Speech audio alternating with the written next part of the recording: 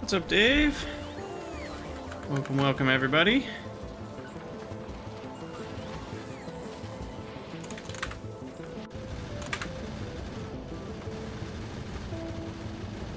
Ooh, they're both working?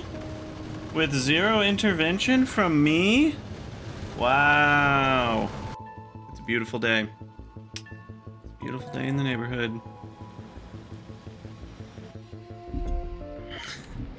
Alright, so where did we leave off? When I played last, I don't know what was going on that day. My brain was somewhere else. I was like, not even here.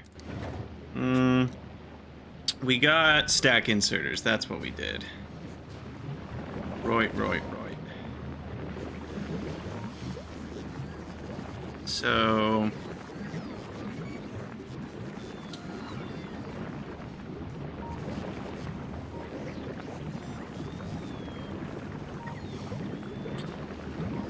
So let's think for a minute. Is there anything else we want to get done on the glabes before we head out, or are we pretty happy with things the way they are?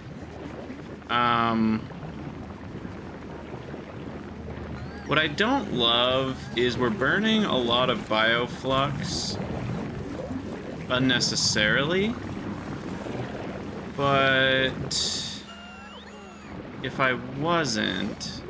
Oh, and hold on, what's happening here? I need a spoilage getter rubber right there. Okay, so I'll move that there. And then spoilage getter rubber.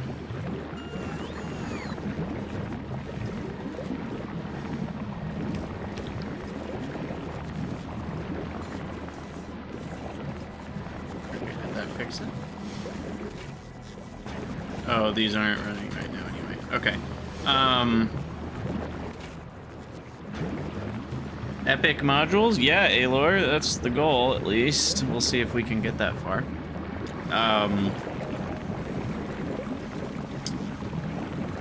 Anyway, so let's see. If we were able to stop these, we would need an automated system to spin them back up, which we could do.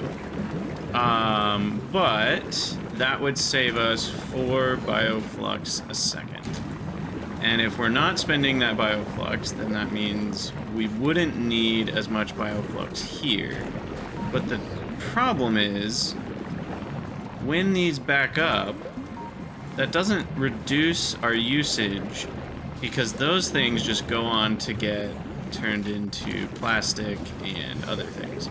So I don't really have a reason then to slow that down right now, because then I'd have to go all the way back to this step and then somehow limit my fruit and jelly processing, or my mash and jelly processing based on what our needs are, and that's just a whole layer of complication all throughout the base that we don't need. So I guess we'll just let it run.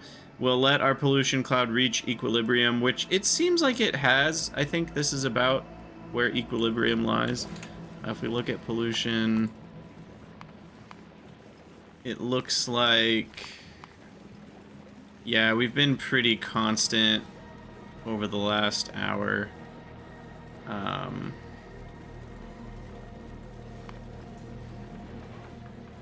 Consumption, is it equal to pollution? Again, why is there not a total for these things? This bothers me so much. Ugh. Anyway, all that to say, 252 plus 165 is about 410, and that's about 420 plus a tiny bit from these. Yeah, okay. So they've basically equaled out. The consumption's always going to be slightly lower, even if they're equal, because, well, I guess just because it's taking an hour, but like if we look at the last 10 minutes, I'm guessing they're even closer to equal. You know, there'll always be a little bit of variation, but the point is they're close, and that means we are not getting a bigger cloud. So theoretically, I could go around and just laser around this whole thing, but that sounds terrible. I think we'll probably use artillery instead at some point.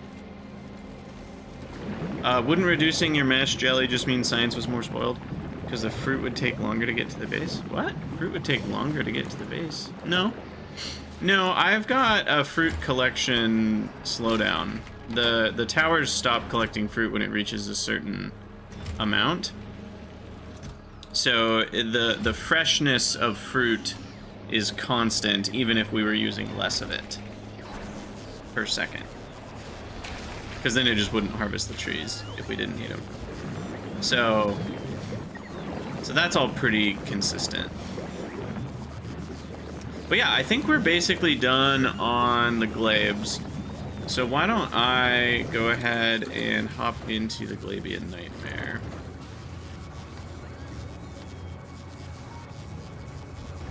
Oh, I have ammo.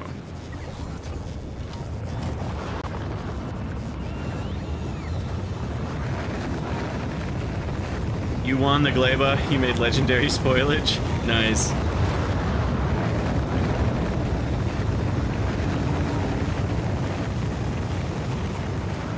No, you think you're right.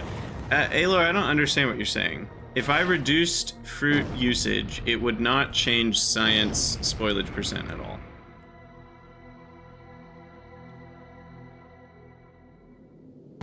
Because I could...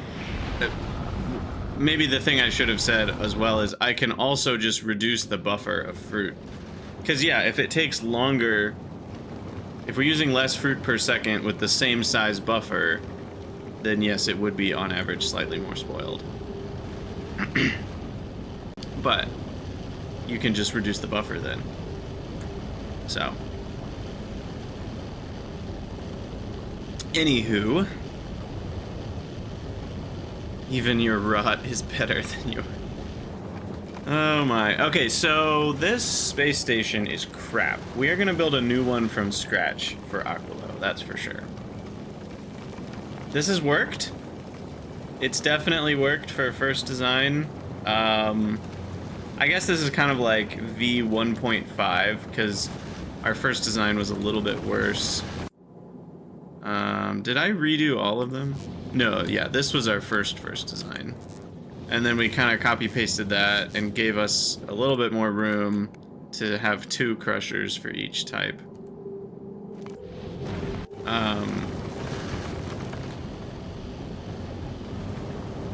Aelor, because the plant towers themselves are not very consistent, right? They come in waves. I'm guessing over a long period of time, it will start to balance out to where you could reduce the buffer quite a bit. It also doesn't matter that much because fruit spoilage is an hour long. So, you know, it's not like it's spoiling super fast. I could probably reduce the buffer now that things are stabilized.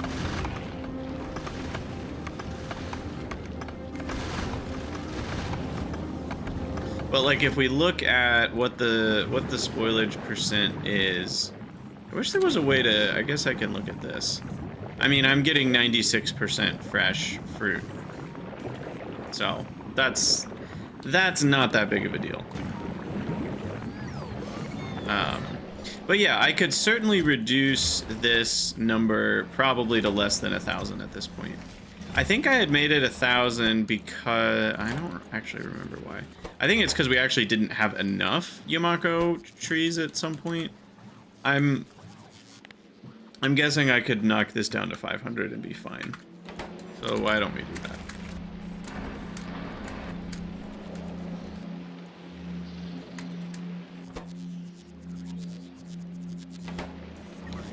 But it could be 99, 99 factorial. Yes, accidental factorial. Drop to a planet. Now these. Pew. There's something funny about the fact that we get sent back in the exact same ship that cargo does. Can't be very comfortable. It cannot be very comfortable. Hello everyone, Krydax here, and welcome back to Novice, however you want to say it. We are back home, or at least whatever we can consider to be home, and it is now time to figure out where to go now that I've been to all 3 planets. So in the last episode, as you remember, we got stack inserters running, so that's a thing now. We should have, yeah, we've got a bunch building up here, so I'll be able to use those where we need them. It's time to make my base unhappy by turning on personal logistics, and we'll just sit here for a minute and let things happen. And then, yeah, at this point, we have a lot of work to do. This is where the game can get really overwhelming. So we're going to try to take it one thing at a time. The first thing I want to work on is better modules. Modules and beacons, because we're going to be beaconing and moduling everything, right? And so without having better modules, our builds are going to be slower than we want them to be, and then we're going to make them bigger than we need them to be. So I'd rather start with some better modules. I think the base can support that. Oh, I haven't even researched. Why am I doing these before epic quality? Okay, we need to research epic quality first, of course. But yeah, getting epic quality modules, I think, is kind of my priority 1. The problem is those are really expensive. And so then it's like, well, should the priority 1 be making better circuits? So I might need to redo the red and green circuits here first. I've already redone the blue circuits. But yeah, that's where we're going in this episode. We'll see what we can get done. We're gonna grab stack inserters in the inventory, and yeah, we're gonna have to do some chaos here. So first thing I want to do is put these as uncommons, because I've got those running. Now, am I collecting uncommons at the hub? Yes. There's no reason to have these requests be smaller. I mean, they might as well be huge. Because that's only going to cost me Vulcanus resources, which are free, right? Like, they're free in the sense that I'm not like spending them to do it. If Vulcanus is backed up, it might as well be working on making some uncommon foundries, is my point. If that makes any amount of sense. So, you lost the stream. Things are fine on my end, so blame Twitch. Now, why is Vulcanus Science not? Did we turn off? I did. Why did I? Wait. No. We have science requested. What's going on here? Why do you not have Vulcanus packs? Did Vulcanus die? No.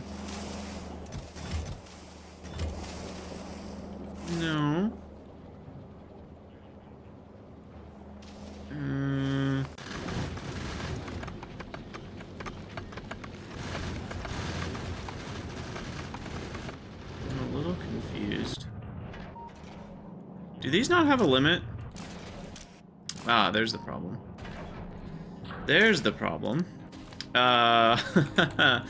Whoops. What is it called? Electromagnetic? No, that's the other one. I have no memory of what this thing is called. Metallurgic science. Oh, we have 60,000. Okay. Yeah, we've got enough of those for a while. Let me make sure. The green ones are fine to not be limited because they're just going to turn into spoilage. So I'm going to need a spoilage getter-ridder-over in my Nauvis network at some point. I've only got 6,000 for now, so that's fine. But yeah, that was a little bit of a mistake. Whoops. Whoopsies. Okay, so first order of business is make an upgrade planner that upgrades red and blue belts to green. So this will be our green belt getter. Blue, blue, blue, green, green, green. Okay. Green belts. Okay, so that will be useful for where we need more throughput. And let's... what to start with? Yeah. I think I want to make modules on this... kind of off of this belt of stuff.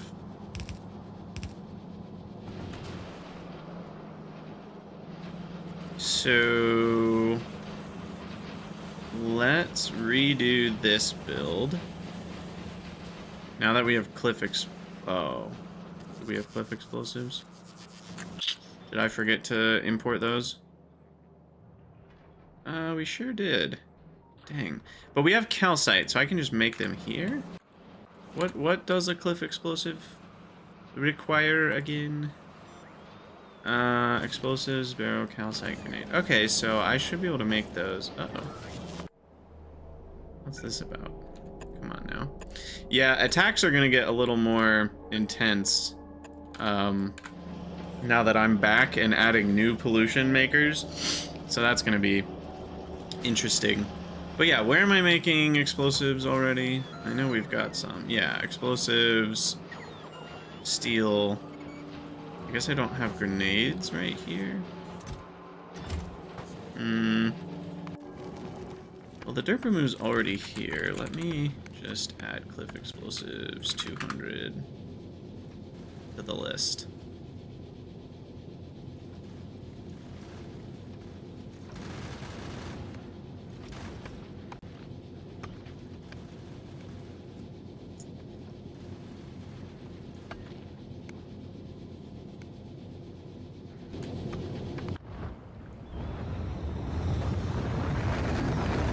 I need more than 4 rockets.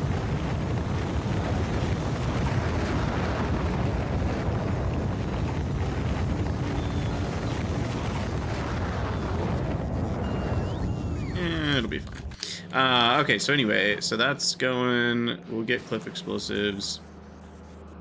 So now we'll head over to these guys.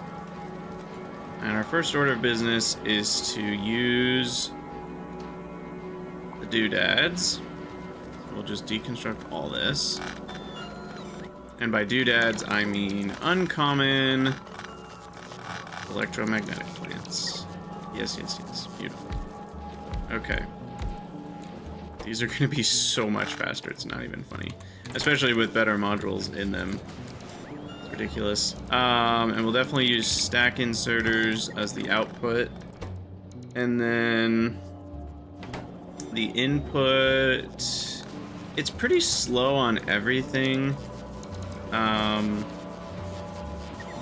we should probably stack inserter those, so those are stacked. And yeah, so here the problem becomes, oh, 7 things getting damaged. Now that's problematic. I really like attacking over here.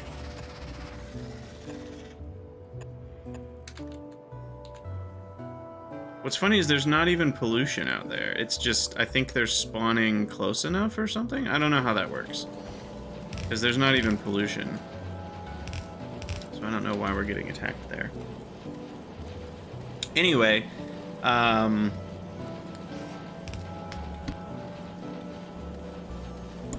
let's get these things on. You know, uncommon medium power poles. That's maybe the first thing I should work on. Because that would be very nice. Because this is a situation, I guess I could use undergrounds here, and then that'll let me fit substations in. Okay. So there we go.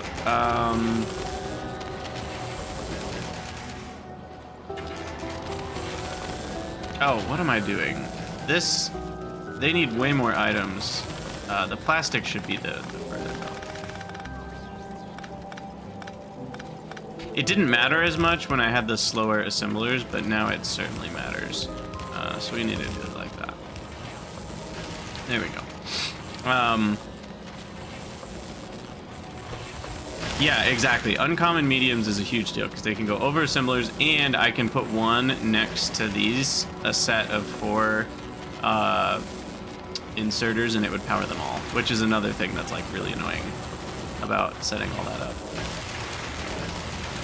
So we're just gonna go with prod 2s for now, and I believe that this is basically good to go here. Copy those. And there we go. Now, I don't remember how many I was producing before. What was my red circuit production?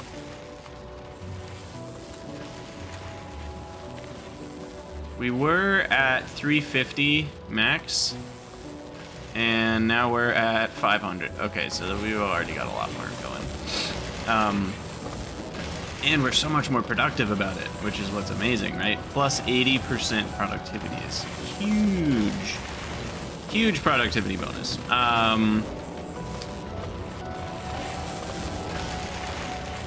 Science is sciencing.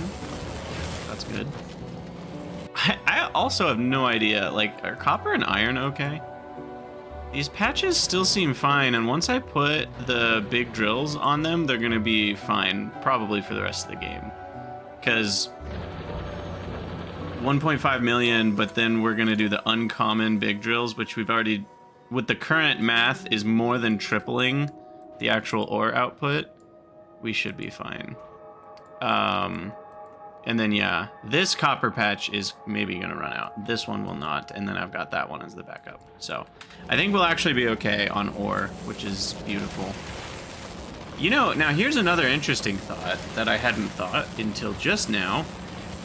Because the miners output pre-stacked items, that makes me almost want to remove this train and just use belts, or trains at home, so to speak, and just put a belt down here, because they're already stacked, so a single belt has an absurd amount of throughput, right? Like a turbo belt, I haven't even done the final research, and I can already do 180 ore per second. That's absurd on a single belt. So it kind of makes me feel like, do I even need trains right there? And I think the answer is no, unless I really bump up the throughput. So that's really interesting, because it makes trains look a lot more sad compared to belts once you have stacking. Default map settings, yes, everything is default. Okay, so now we need to get the greens productive. Do I have cliff explosives here yet? No. No, and the Derpamu, unfortunately, is going to Gleba every trip. That's so that it can drop calcite for Gleba. I wonder, can you do an interrupt based on... I don't think you can. This is where I really wish we could send interplanetary signals so that we could basically say, like, if Gleba... Yeah, like if Gleba needs calcite, then go there. Otherwise, we wouldn't. Yeah, I don't know. That would be cool if we could do interplanetary signals, but we cannot. What if you mine directly into trains? Now, there's another interesting thought. It's kind of a pain in the butt because of how you have to position everything. But the new miners having a big, like, I'll call it a skirt, you know, like the extra area outside of their actual hitbox, that helps it to be less awkward, but it still is kind of awkward. Okay, so now let's rebuild this part. We'll ignore the lack of cliff explosives for now. And just unbuild all of that. We're gonna need a whole new world for those. Yeah, I guess trains are more convenient than belts. Exactly, because of their ability to, like, do a lot of things without you having to manually set it up. But yes, when you need just a point-to-point, belts are the truth now.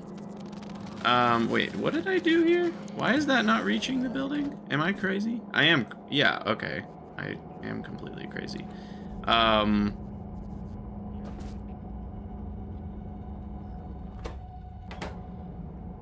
That's fine, I think. I don't need beacons for those. But the beacons for the green chips will be this set of beacons. So these will be green circuits. And let's figure out how this works. Radars only go on the same surface. So that's the thing. Okay, so we need green circuits, and I have no idea what the rates are going to look like for this. So let's test some speed modules here. Just got to get everything powered up. And then we'll do tier 2 prod. These aren't going to be exactly right, but it's at least ballpark. Oh my god. 32.7 per second.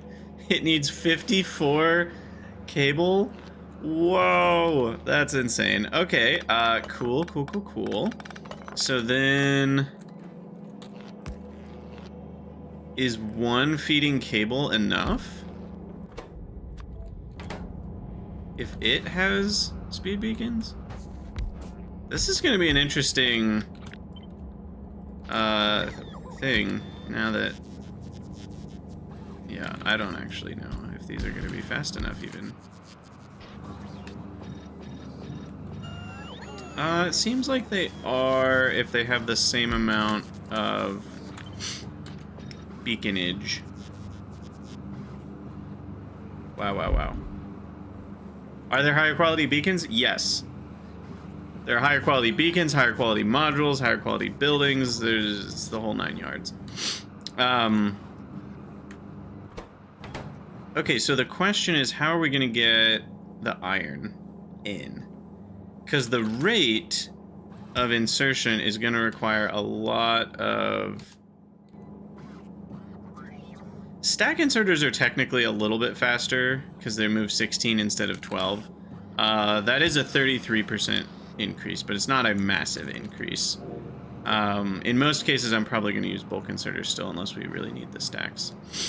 So, okay, so the iron, we could space these out more, but I'd really like to make it work like this. And so we'll see if we can.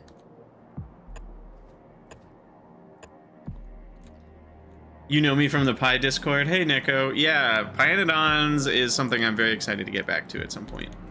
What's up, Shield Flyer? Howdy. So how do we do this? I feel like there could be a way.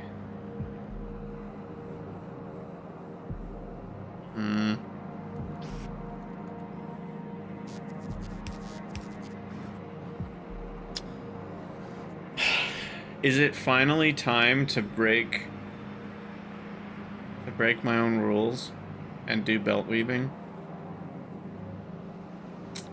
I hate belt weaving. Those who know me know that I don't do belt weaving, but this would be the perfect opportunity to do something like that for the iron in on the same line as the circuits out. Oh no, it's too beautiful. It feels like it must be done that way, but I don't want to do it that way. Okay, there's still the other option, which is space out the you did direct insertion from foundries. Yeah, I'm not dealing with foundries yet. I'm doing one thing at a time, and I want to get good modules going, and so I'm going to use the plate production we already have to make good modules. And obviously using the EMPs is going to massively increase how many modules we can get. The problem is I don't even know if this many is fast enough. This is not going to be fast enough. Not even close. So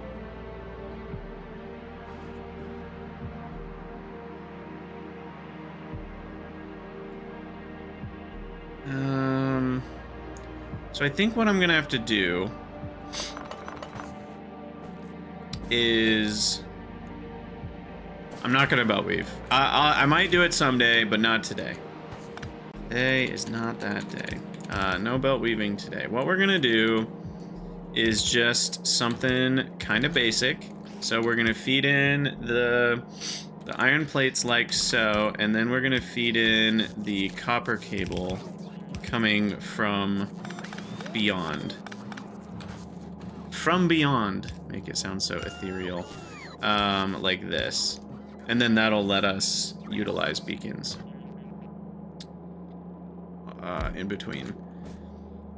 And, in fact, if we put them right here, it'll let us utilize the same beacon for the same maker. And those will be stack. So, that's the plan. Yes, copper cables are cheaper in foundries, but they require a larger rebuild. So we're starting with small rebuild for now. Okay, and then these need to be fed copper, which I can actually do right here, so that's kind of nice.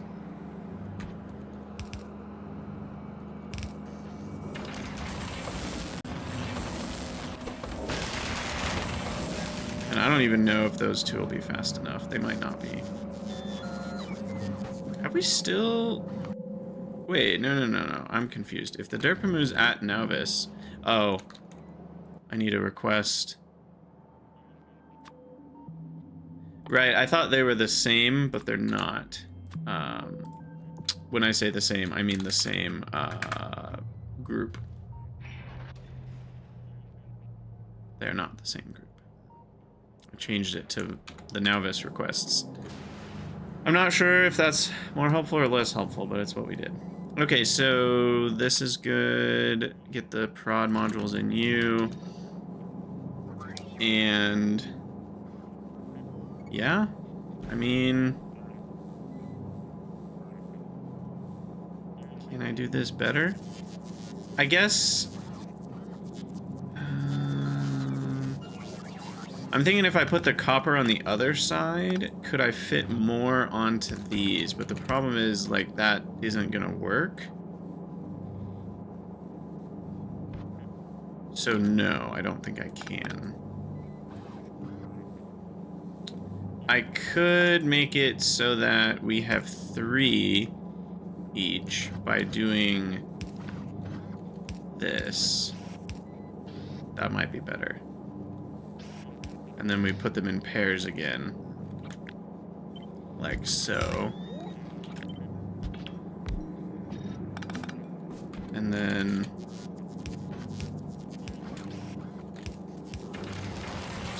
that. Okay. Well, I mean, it's gonna do something. It's gonna do something. Okay, stack inserter out. Will I need 2 of these? I actually might. Substation on that side.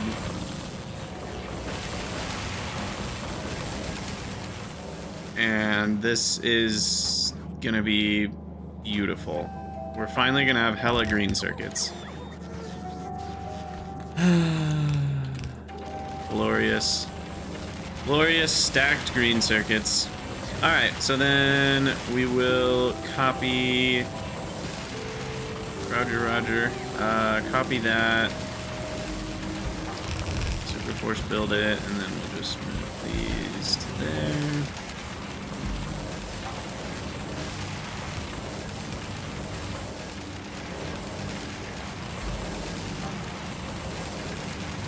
Yeah, copy paste would be nice and satisfactory.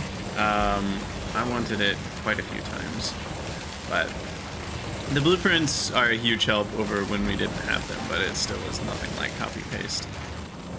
Okay, so that is now using all of the iron for sure, so I don't really need any more than that.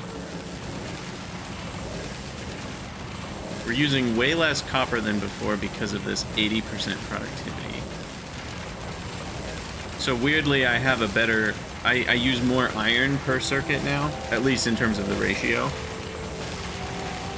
I'm still using less iron per circuit in terms of absolute amounts, though, which is good. But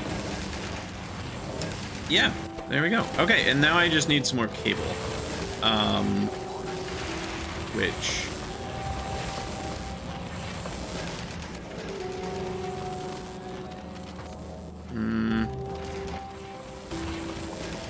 Yay, cliff explosives! Oh, we've been waiting a long time to be able to do that. That felt good. That felt really good. Okay, what if I just... I don't know how many we need. I feel like just a couple is enough. Maybe.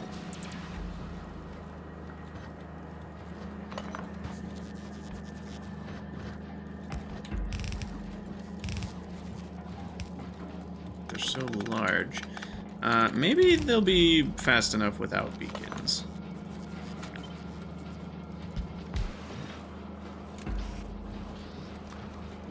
Maybe. It's only 10 a second. These need... actually, yeah, a couple without a beacon might actually be fast enough. And I could even put a beacon here. No, I can't. That won't fit. Yes, it will if I do this. Okay, yeah, I think one beacon will be more than good enough here. And then that's gonna get us plenty copper cable stacked onto this belt. Which I'm actually not side loading properly. Let's make sure we do that. In case of future issues. And then that'll give us all the wire we need. Scorpitron, good luck on the Gleba. Nonsense. And yes, Dave, we hadn't gotten that figured out yet. Okay, so this should now get us a crap ton more circuits for these belts. That was the purpose of all this. That was the purpose of all of that. Now, let's go ahead and put speed 3s in here since we've got them. Got them, flaunt them, right? Boost up prod of those blue circuits.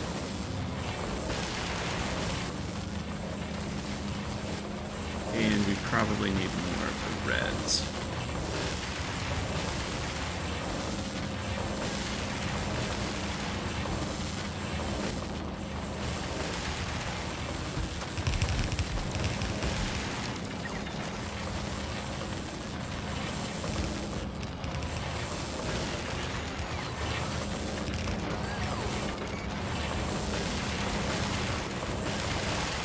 Okay, so now it's a plastic issue, seems like.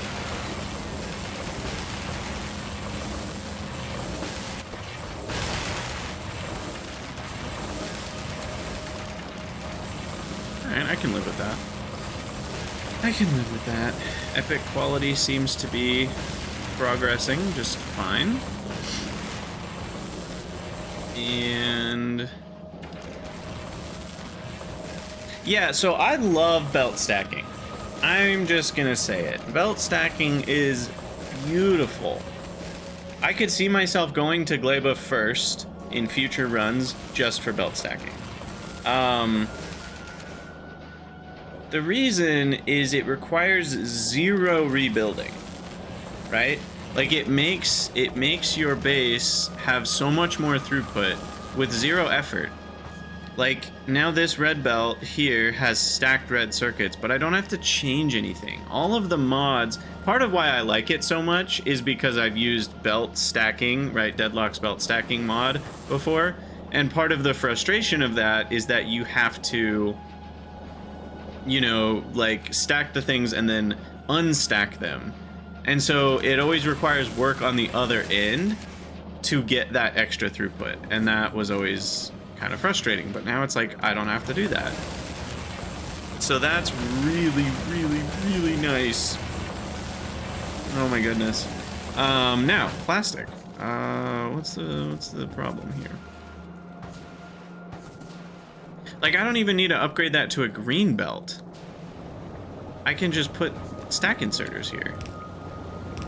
And boom, we've tripled our belt throughput. So like, it's crazy. Like, stack inserters are way better than turbo belts in terms of what it actually does for throughput. Ironically, though, turbo belts are better for Gleba because of getting stuff where it needs to go faster, but... alright. Behemoth spitters, eh?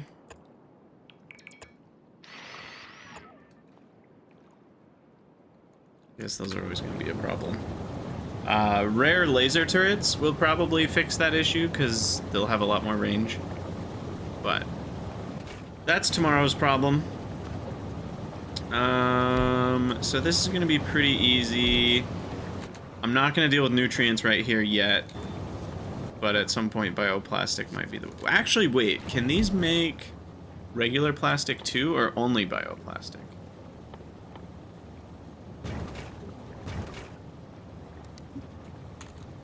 Oh, they can only make bioplastic. Interesting. So you could bring all of that. You'd bring the Yumako fruit, not Yumako mash, but that would be an interesting way to go about things that we're not doing right now. Let's get some prod in all these. And now our plastic production is just amped up to 10 compared to what we had before.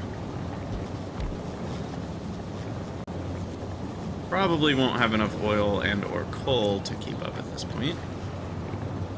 My game is hitting,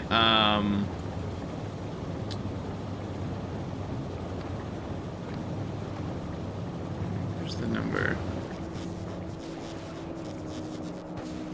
My game is hitting a hitch once in a while. I don't understand what's happening.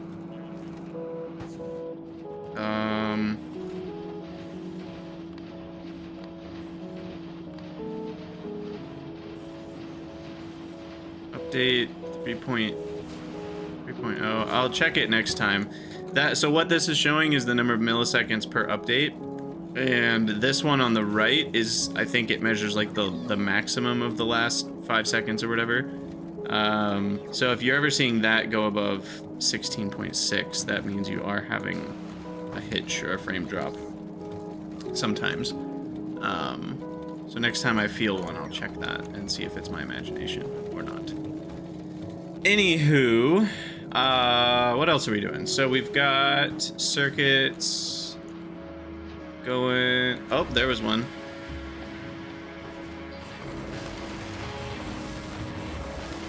But it's not showing problem. What the heck is going on?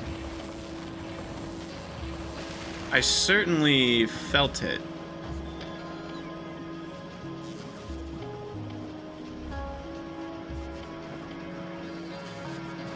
Oh, is it a GPU thing? That would be weird. Never had a GPU issue before. There, 31.7. What is taking so long? Where's the big number?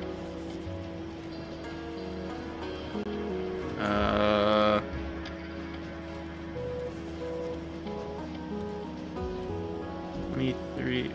Where's... I can't see which one's giving all of the...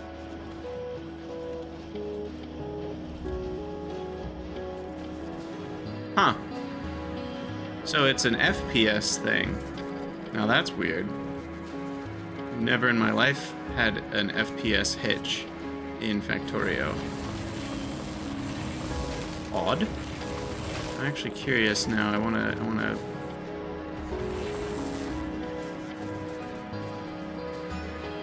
Because it was a noticeable, like, frame skip or two, you know? Oh well, I'll try to check again next time it happens. Anyway, are these circuits all running? What's the situation here? Okay, yeah, so it seems like we have enough. So now it's time for some gambling. So we're gonna set up a proper gambling setup, which we sort of did on Fulgora. I probably should at least paste this just to look at it, just to have kind of a reference. I don't think I'm going to use the exact same thing, but let's just put that there, and we can kind of use it for inspiration, because we did sort of solve these problems already. Some of them. There's certainly unsolved things going on here, but yeah. So the pipes were there, but what actually needs pipes when you're using electromagnetic plants?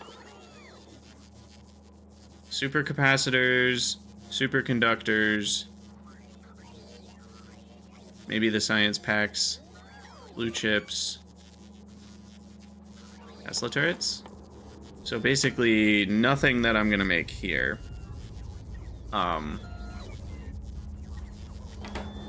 So I don't need 1-800-GAMBLER. Yeah, exactly. What's the hotline? I need help. I also found out, by the way, the recycler, as far as its rate, recycles at 1/16th the time. But the recycler by default has a speed of 1/2, so then you have to account for that, right? So really, if you have 8 crafting speed worth of output, which means you need to kind of multiply your productivity into that, right? This has a crafting speed of 1.5. I guess it's over here for you guys. Crafting speed of 1.5, productivity of plus 50%. That's really going to be a total output of 2.25 units of output. And that means you will need essentially 1/4 of a recycler to handle just that building if it was running constantly. So that's just something we have to keep in mind with all of this, is how many recyclers we need. But yeah, I think the question is, do I want to do this same idea where I have more of the tier 1s, or the commons, I should say, or do I want to just have something... I really want to do a circuit controlled one, but that feels so sketchy. Where I have one that's making, you know, the module, and then I have the other one. Oh, am I delivering tungsten carbide, by the way? 500. We should probably bump that up a little bit. Though, I don't have a ton of stacks left. I can bump it up to 1,000 though. Because I'm going to want a lot of speed 3s, right? So, Cridania, or no, Navis. Are we requesting the carbide? I am. Yes. Let's go to 2,000 for the requests. Anyway, okay, so I would love so much to set the quality that we need to make based on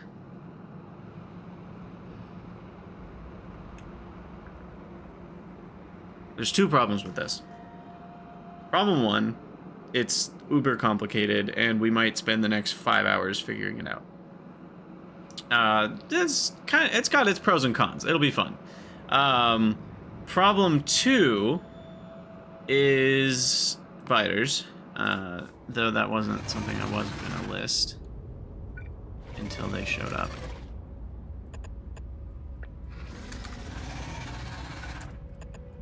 I might need to start tanking, doing some things with tanks here. Maybe we should do some dragon's teeth?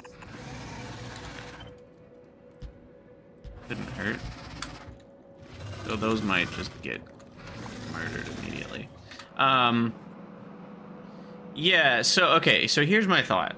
As we're recycling ingredients, it took you 30 hours to do. Yeah, exactly. The problem is, so when you select it, there's just a lot of complicated edge things that you have to account for. Like, it's not as simple as it sounds.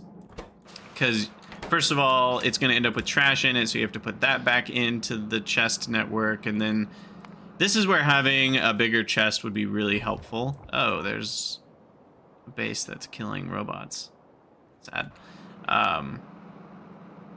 And then the thing, okay, I can't find words today. The thing that I'm trying to say that's a downside that we'll have to account for is when we make the epic modules, the problem is we don't want quality, and we're ignoring legendary right now. I don't have legendary.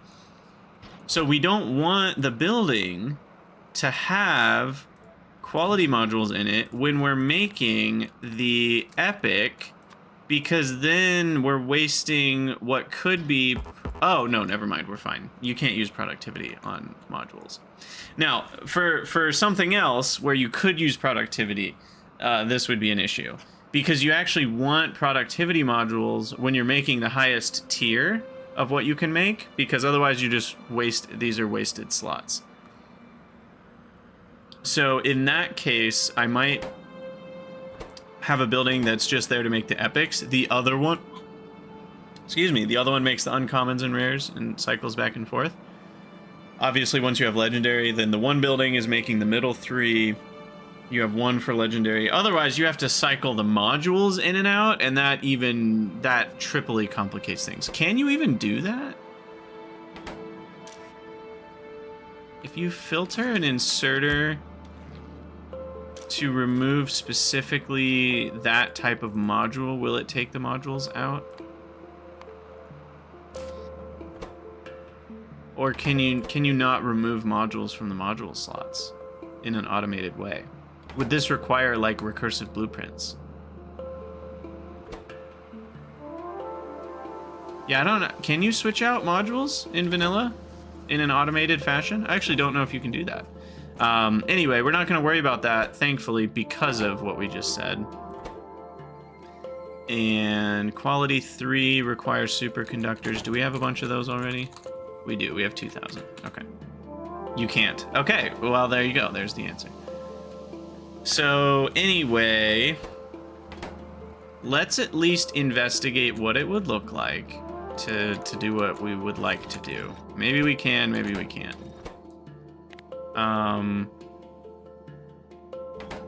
So we've got the ingredients coming in over here. And then what we're going to do is we would output all of the outputs into some sort of chest. And then if we have enough of the ingredients, so 5514 of a certain rarity, we want to change the recipe to be that rarity. Then it will put those items in, produce the uncommon one, maybe upgrade it, and then spit it all back out. And then we need a separate thing that chooses what to recycle. So I think this can work. We may have to do something like this, you know, so it just puts everything back into the same chest. And then we have some sort of recycler that... Do I have the uncommon recyclers? I do, I have 70. So let's switch that over to uncommon.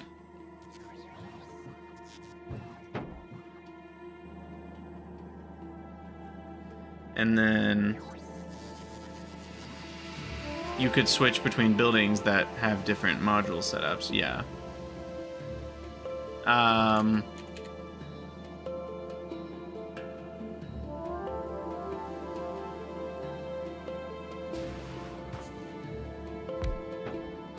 A sushi belt instead of a chest would be hilarious. It might be what we're gonna need to do, because a chest doesn't have enough connections.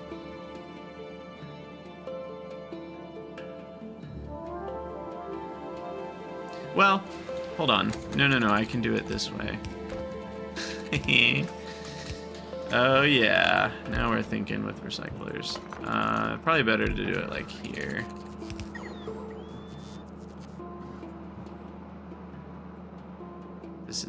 This is utter nonsense. What are we doing with what are we doing with our lives? But theoretically this works, right? Like we recycle the things we want to recycle, so we'll have to set the filters on based on circuit condition.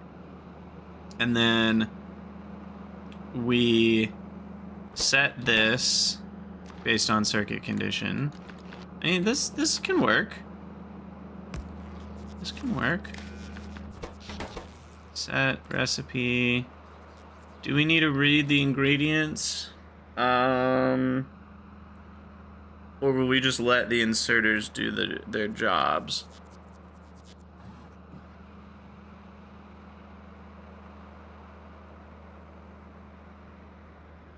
My thought is all we do is set the recipe. This inserter will automatically feed what it needs to feed into the building. The problem is if it has something in its hand and then the recipe gets changed while it's moving. That's what would be, or before it inserts, then is it gonna get stuck? Or will it finish its swing and those will go into the trash? I think it'll get stuck. Like if this had uncommons and then that grabbed some items and then it changed to rare, now it's got uncommon bits in it, what's it gonna do with those? Is it gonna see, part of the problem is I don't know exactly how all these behaviors are gonna work, and so I don't know exactly what's gonna make this function. But let's just go with, and I'm gonna use more combinators rather than less because that will make my life easier.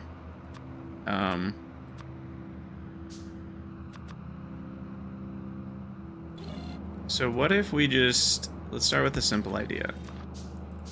Read the contents. And what are the recipes? 5 red, 5 blue, a super con, and a quality 2. So what if we just say we need all of those? I'm sure there are more effective ways to do this without... I'm just going to use one combinator per rarity, rather than something crazy fancy. So what if I did uncommon of each of those? I'm just using the control, or the shift-alt scroll wheel thing right now to change those.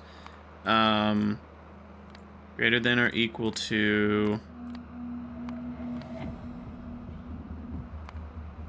And we do 1, enter, 4, enter, 5, enter. Output, set the recipe to be quality module 3, uncommon. Right? Right? Yes? I mean, will this not work to set the recipe? I believe it will. And then that will put the ingredients in. It'll run. That'll put everything in here, which then goes back into that chest. I mean, look, I think this is all we need. Yeah, that default, that's exactly what I was just saying. What if when changing recipes the inserters held hands? Oh, I thought you were just asking if it had something in its hand. I have no idea what's gonna happen.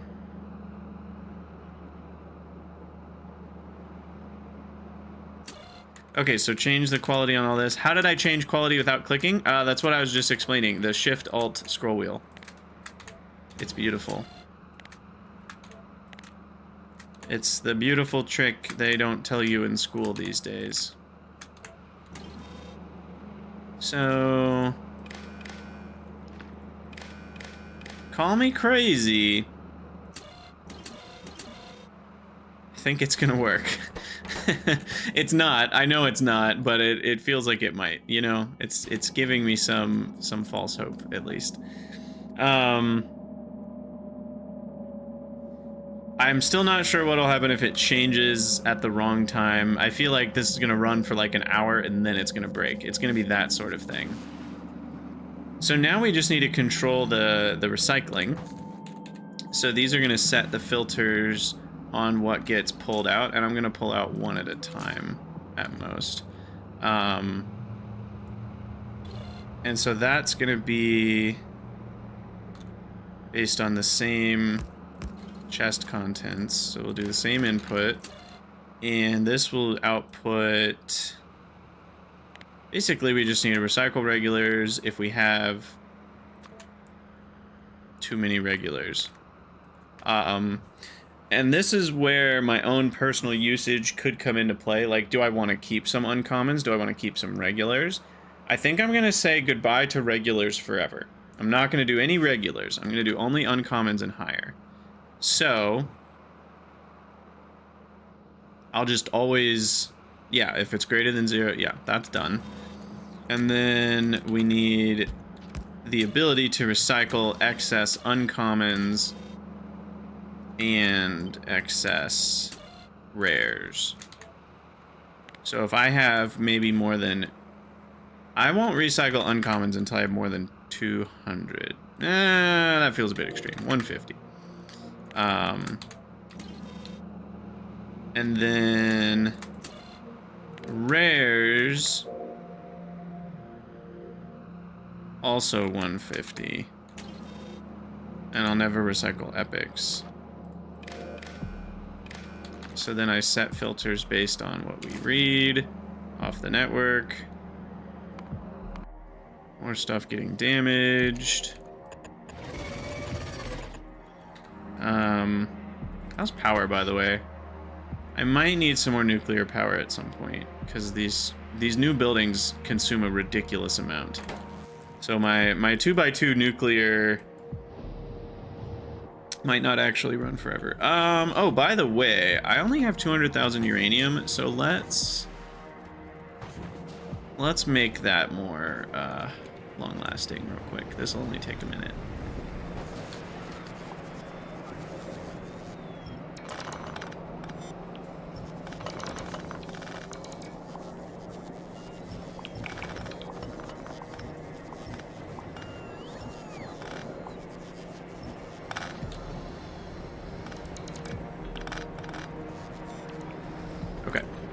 So 1, 2, 3, 4.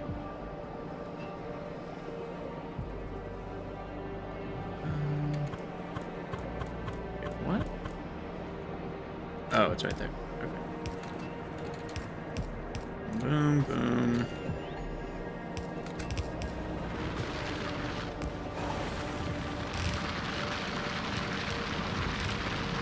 Done. How much could these handle?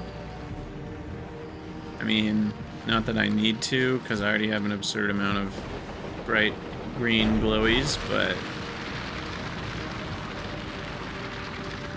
could even put productivity modules in here, and then just get a single beacon for both.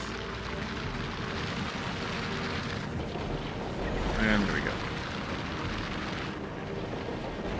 Okay, so now we have productivity of 74% with a resource drain of only 41%. So whatever whatever 1.74 divided by 0.41 is.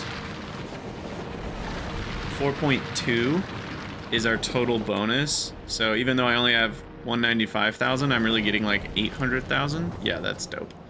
We're not gonna run out of uranium for a long time, especially because we have Cover X processing.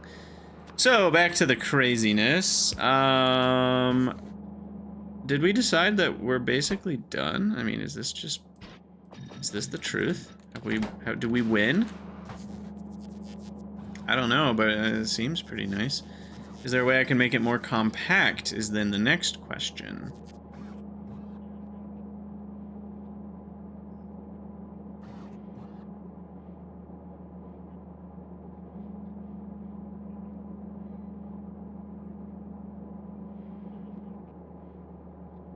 We do want to stop at some point.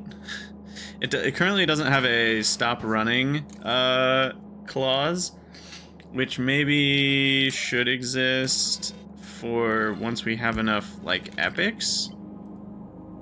So then maybe this one, or no. Maybe I just have the original, whatever's feeding it will be based on the contents having less than however many epics. Does it work? Question mark? I have no idea if this works. That's why we're here to find out. Now the other problem is I'm going to want to combine multiple of these together. So really I need maybe a red cable that ties them all together, and then that's what measures. Because I kind of want the epics between all of them to be less than 200, not just this one. I guess we could do a provider chest. And then we request... Oh, but see, I don't want... Tricky. Enable...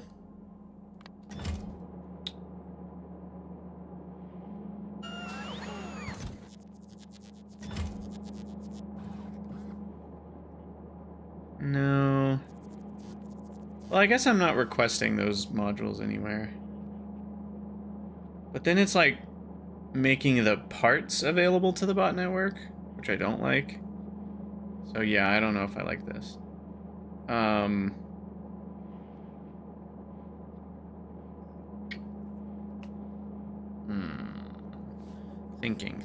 Thinking. Yeah, I don't like that method. I like the other method better. But then I have to manually fetch them. Hey, Sumerian, how's it going? How's the Factorioing? Well, we are working on a gambling machine right now, and it's not quite as easy as I thought. Oh, you know what I could do? We could just put the... Oh, there we go. If epics are truly the output, we could just do this. And I can just filter out the epics like that. And then... Would the biters just stop biting already? Come on, guys. Chill. Chill out. Yeah, a sushi belt might have been a better idea, but here we are. And then this one needs to have a filter that is all the other types. Uncommon and normal. I'll go back in.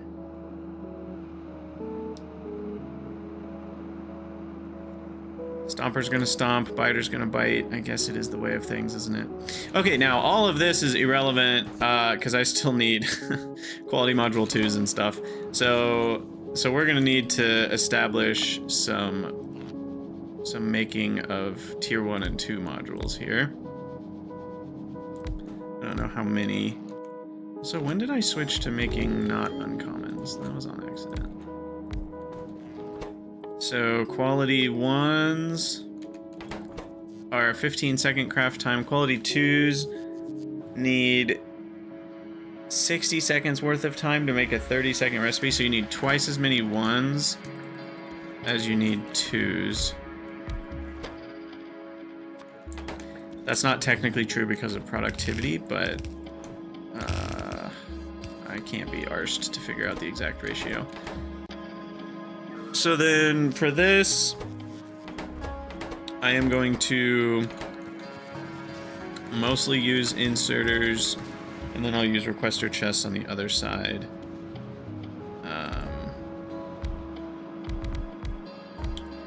For these guys. And then they'll all use provider chests. Limited based on, again, why am I doing each one individually? I don't know. Limited based on this. Less than 50. This is just to keep a supply chain running. I mean, maybe I should do 150, but when am I going to use quality 1? I don't know. Never.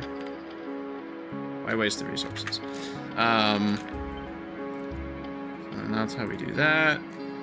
Now, again, I know people are going to be like, "Oh, but you could use quality modules in these," which is true, but then you can't use speed beacons.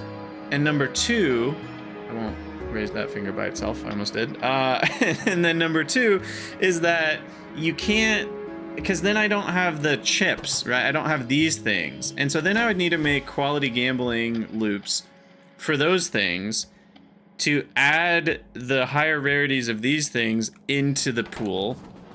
Or I could go back to where I'm actually making these things and change those into quality, but then I'm using quality instead of productivity.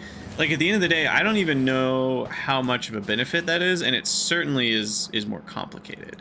So I'm not gonna do it that way. We're just gonna do the gambling loop on the final step.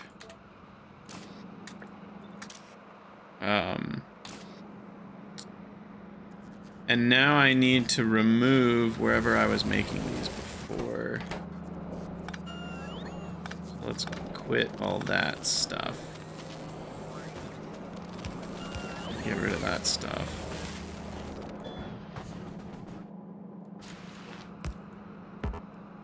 Okay, so I think this will be enough of these things. Request. I don't know how fast these are gonna craft. Maybe it's not enough.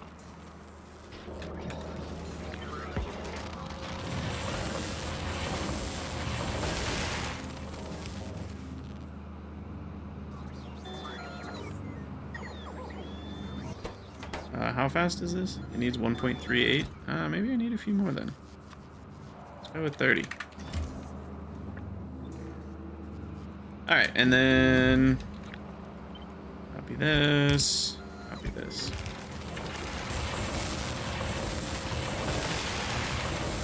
Can we appreciate the symbolism of burying myself in a metal casket? It really is beautiful. It's the perfect casket shape.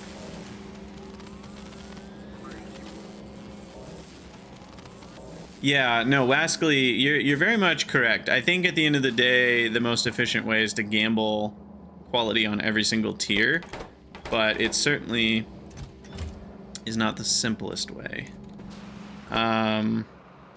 Okay, so then this guy is gonna need reds and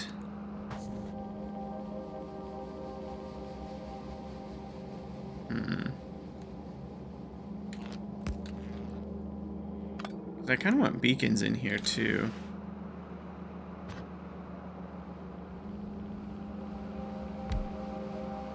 Be able to make these faster.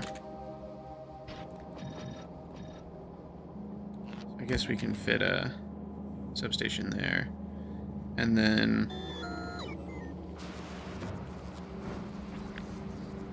move this one closer. Ah, Control X is just a beautiful thing, isn't it? We'll do that. And then we'll need a requester chest just for the supercapacitors. Oops. I deleted the one thing I had to copy. Not 200 though. How about just 50?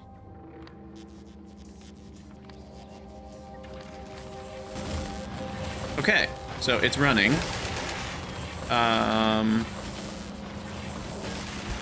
Will it work? Maybe. Maybe not. Sumerian, there's no such thing as too many beacons for there. Like, it'll always be worth it. I don't know what you mean by worth it, I guess is the question. Like, adding the 16th beacon does not have a huge effect, but it still does make things faster. So, it's very much... Oh, I did need these guys too. Probably not 50 of them, though. Yeah, how about 18? Maybe 20?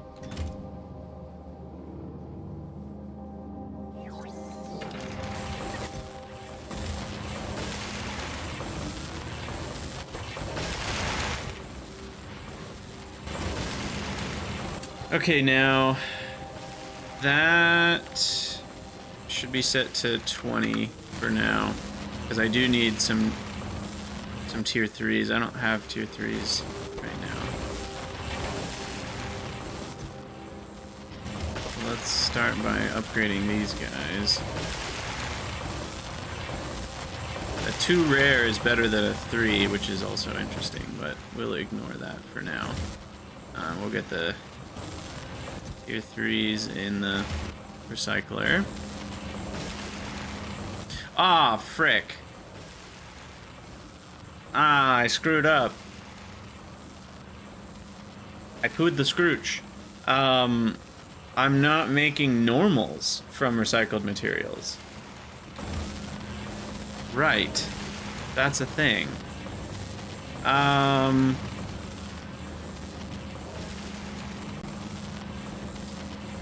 Should I do it the same way? I guess I should, right? Yeah. Sure. Okay, so this does the same type of thing.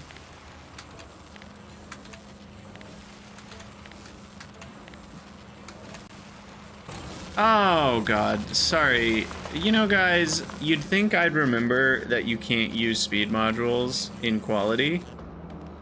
Thank you, Alexander. I have forgotten that almost every single time I've used quality.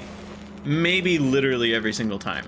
I don't know what it is, but that reality is not sticking in my brain.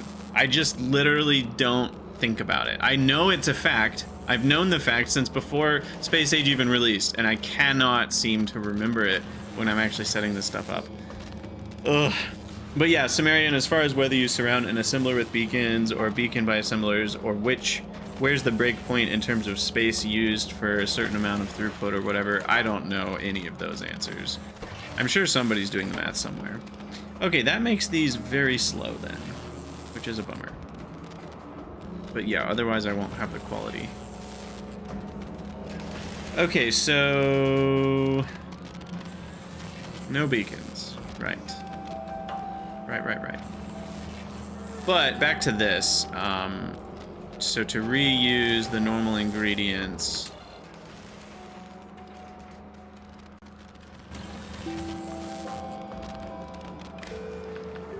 Uh-oh. Yeah, I knew it wasn't going to work, and we're already there. The good news is, when it changes the recipe, it does just put it in the output slot. The bad news is, why is this... Oh, this just needs to be blacklisted on... because it's also going to have trash stuff. This is funny. I've made a mess. Ah, beautiful. And we're an hour and 8 minutes, so I'm probably going to be done with the YouTube episode soon. I will continue streaming live, but for the recorded section, I'll be done. I feel like I have to explain that every time because it's confusing. Anyway, quality module 3 epic is the blacklist, so that's that. So the problem here is it's not staying set, right? It needs to stay set, so that means we need to read the contents of this and also add them into the totals, and we need to read what this is holding as well. So I think if I do this and I say read hand contents hold, and then I set the recipe with the red wire instead of a green wire. disconnect these and set it with a red. And then I connect it with a green to that and also say read contents. No, because now it's going to set the recipe to whatever it sees on the green wire. I really wish these had green and red buttons attached to them. Because this just isn't going to work.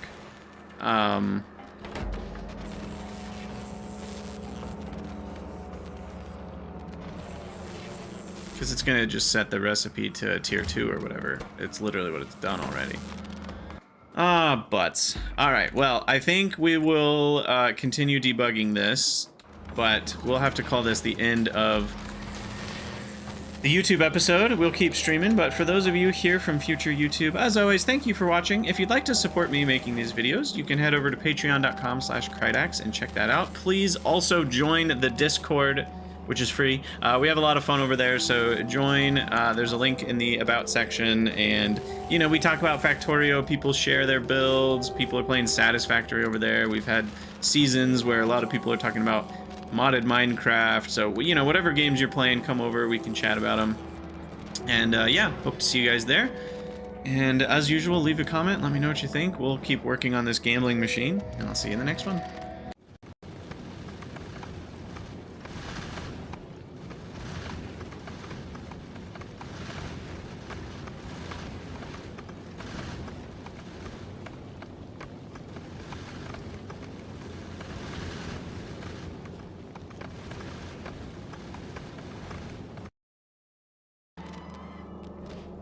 Alright. You need a mod that makes speed plus quality light up red or something. Yes, I agree. That would be nice.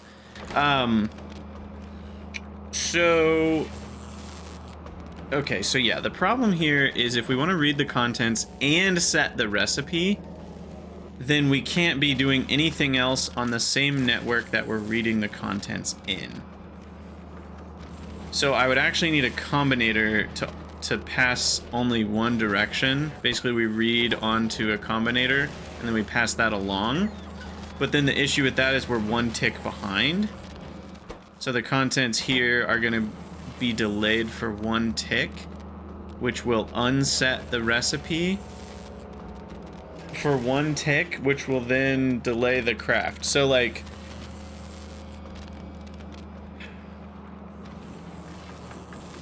I might need 2 combinators to do that, which is ridiculous, but it might work. So I'm gonna wait. I'm gonna take a quick break. I need to use the restroom, stretch my legs, but we'll work on just figuring that out in the next episode here. So let's save the game real quick. Do I know how to make timer or storage cell? Storage cell, maybe yes. I'd have to remind myself. Timer, also, I've done it before, but I don't really think a timer here is going to help. I do, well, I think I know what you're getting at, but it could solve the problem because I just see what I set the recipe to, and then I make a timer to keep that set for 10 seconds. Yeah, no, I get what you guys are saying. That could be, I was thinking about that too. That could be the route that we go. We'll see. I'll be back in like 3 minutes. So you guys stretch your legs, get some water, and we'll BRB.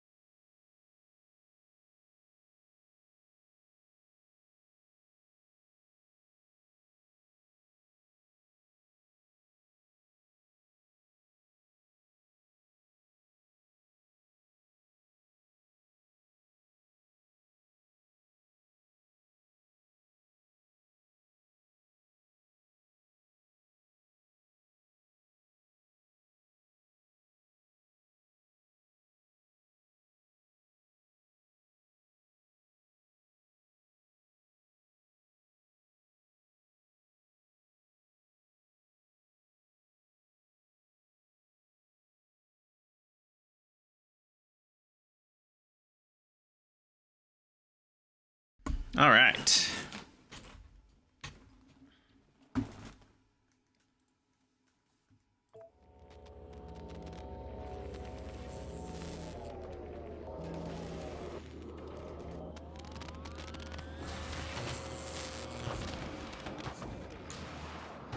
What picture should we use for the thumbnail for that? Maybe all the electromagnetic plants. I feel like that's the big change.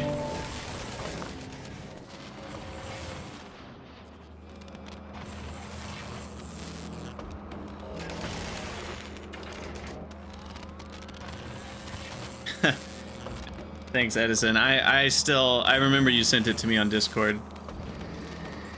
But yeah, I think you already get it, but like I just don't really have an interest in looking in other people's blueprints for how they've solved this right now. I'm sure I will someday, but right now I'm not really in the market for that. Oh, that was an old version? Yeah, it makes sense. I'm guessing my first 10 will be pretty crappy too. But, anywho. Hello everyone, Krydax here, and welcome back to Factorio Space Age Gambling Edition, where we are gonna try to figure this out. I think we will. It's just gonna take a minute. I might actually change that to a stack size of 1. I think it'll end up going faster, because it kind of waits for more of the same type. Anyway, in our last episode, we got this set up, but it's not working right now because it's only setting the recipe for like a split second.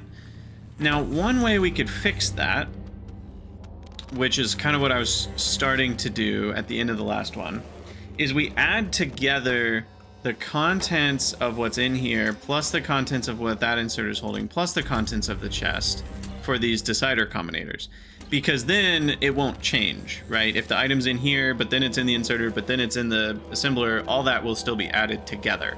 The problem is, it will read stuff that's in these and then set the recipe of the building based on what's in these, which is obviously problematic too. So what we're gonna have to do is separately read what's in here and what's in here and add those signals together using combinators. So we could use a timer or some sort of latch or storage signal to keep the recipe set, but I'm gonna try to do something a little simpler first, which is just, we're gonna read, yeah, there's that loop again. We're gonna read this, and we do each, I don't know if ×1 or +0 is better. But we do that, and then we do the same thing for these two, right? So basically this is measuring the contents of everything, but this is hooked up. I could even do, will this add together the red and the green into one output if I do it this way? Will that work? Wait, what is this connected to green-wise? There we go.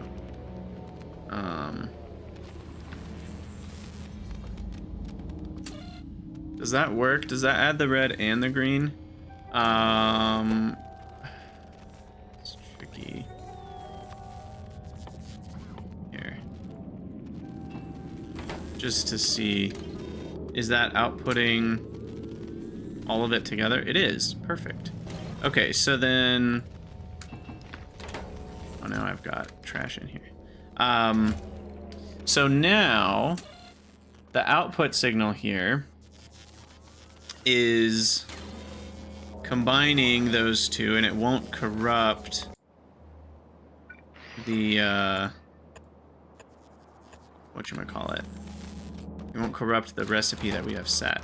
So now this might work if I hook that up.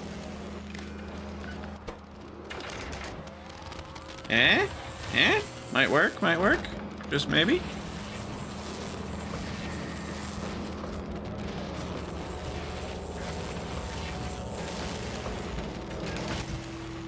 Just maybe might work.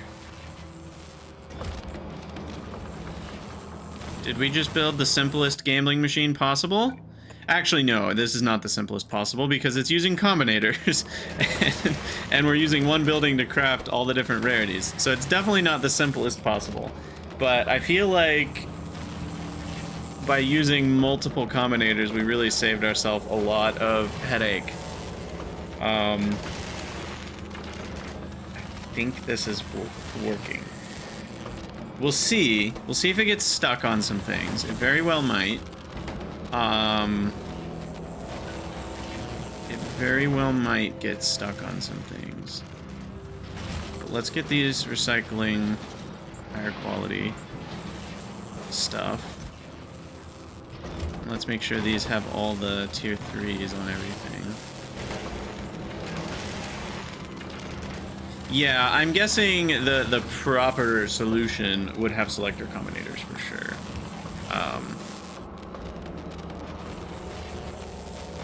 I mean, I think we're doing it. And then this is set. Okay, yeah, no, we need to change this now. This doesn't need to be hooked up to anything. This can just logistic network. As long as we have less than... quality 3 epic 200.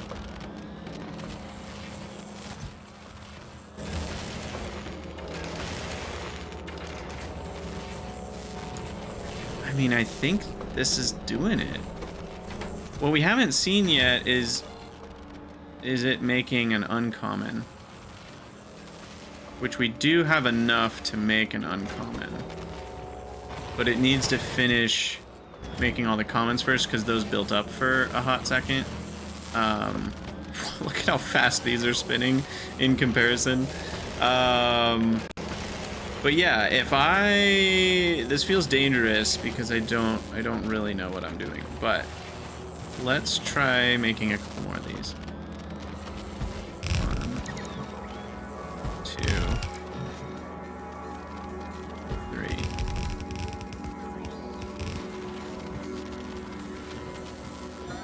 Oh, we need combinators big time. In the mall. Oh, this blueprint, are you serious? That was only in my inventory? Oh my gosh, that makes me so frustrated.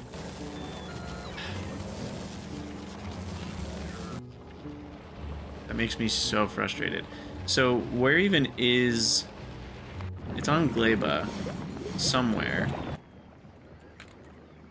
But it doesn't even show up as an item in the network. But it was an item in our inventory that we put... Oh, actually, no, it's in one of these. That's why it's not in the network. It's this one. So that should put it in the network. Okay. So it's here. Create a copy of this. There, did I just... Wow, okay, apparently that's how you can steal a blueprint from another planet. That's some jank right there, but I guess it works. Okay. Anyway, where do I put combinators? I don't really care. Arithmetic. Decider. Selector. Do I already have constant combinators? I might.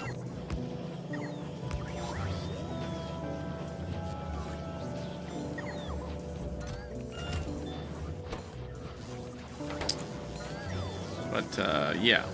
That'll take a minute because these are gonna have to fill up to 50 and these require 5 deciders apiece. That feels a bit copious. Like, why does it need 5 deciders? Like, wouldn't 2 or 3 have been fine? Like, to me, that feels just more of an annoyance to handcraft than anything else. But, what do I know? Apparently I'm not putting copper wire in the network anywhere, which usually would make sense, because, you know, copper wire in the network is kind of iffy, but You gotta at least get some, I guess.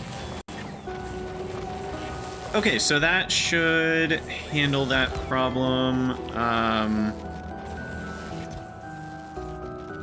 We're gonna need to keep upcycling the quality here. So my own requests, let's not do any of that.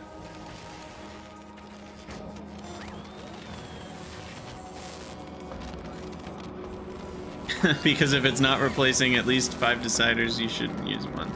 I don't think that's quite how it works, but that is a funny thought.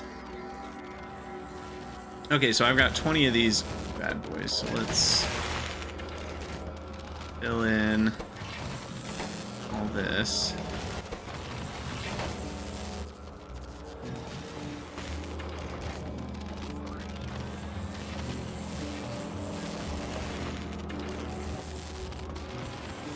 What's still missing? Oh, these ones.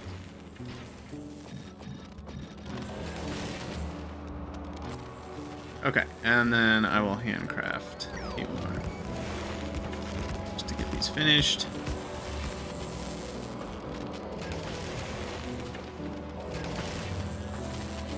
Okay.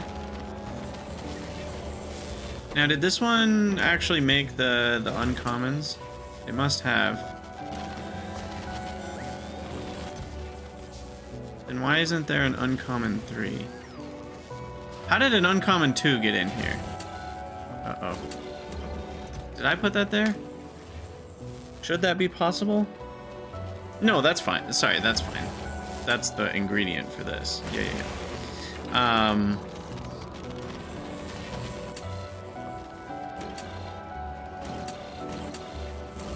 Oh, shoot. I didn't do this right. Oh, that's just to recycle rares, but I don't want to be recycling rares yet, so I didn't put it in there. No, I just forgot to change it. Because I'll still recycle them if I have more than 150 in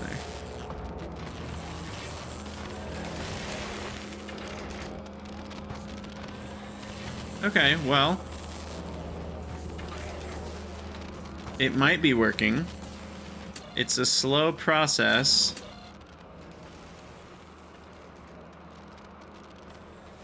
I mean, we literally don't even have any rare components yet. It's a very slow process. In fact, it's so slow that I feel that we really should have 4 of these running for every set of other stuff. Yeah.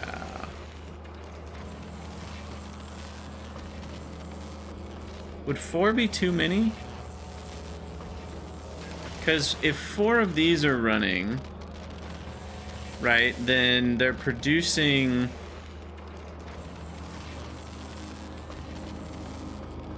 a crafting speed output of, they have plus 50% productivity, crafting speed of 2, so that's 8 times 1.5. That's 12. They're producing an output of 12.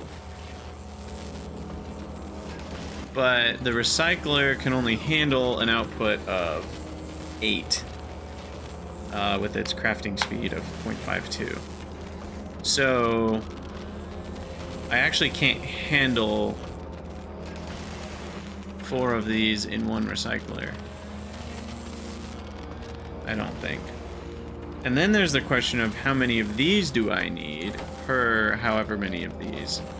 Because this is doing all the crafting of higher tier components. Which, depending on how much quality I have, this one will be running more often. So, I think I can do 3 to 1. I definitely can do more than 1 to 1, which is what I'm doing now. So let's slightly change this build. I like it, but let's modify it a bit so that we have more than one of the basic makers. Which does mean we're gonna need to, like, have a belt come in here or something. It makes the shape less efficient, so I might need to reshape some of this. But if I want like 3 of these, you know, something like this, you know, and then we'll just have to shift these around. Thankfully, cut paste, moving those connections is really clutch. I really like that. Yeah, something like this. I feel like we could still scrunch this together better.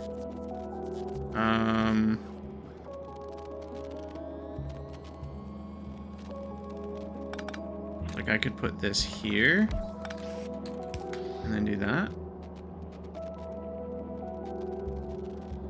It works, but I'm not getting that 50% prod. Oh, you know, I meant to address that earlier. Yeah, that is kind of a huge downside of this model, because when it changes the recipe, we lose the productivity bonus.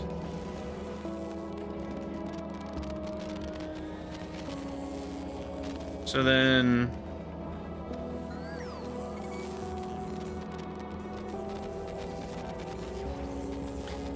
that comes back to this model being better.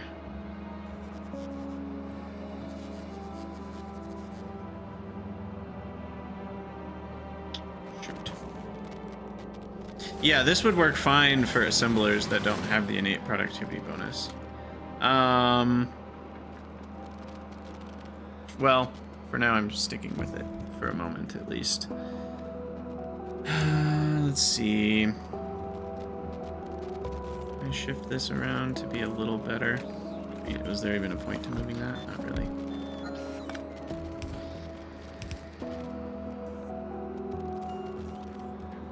So I move that forward a tile?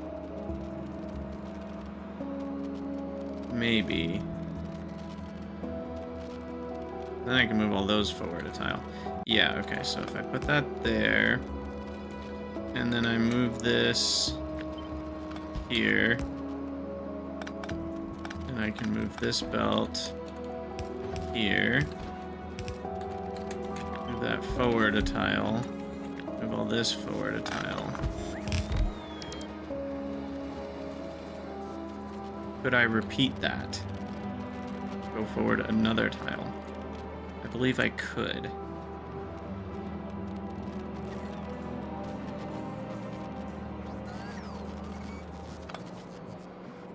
But I have to move this down here.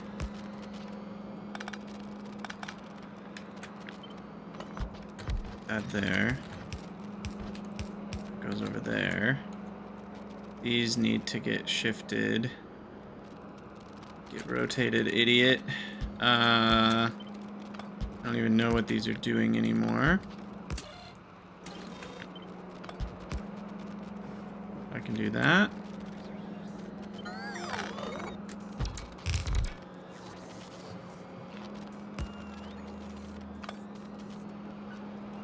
And gotta be a good place for a substation.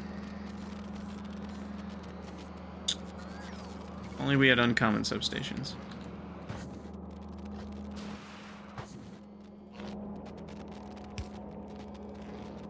All right.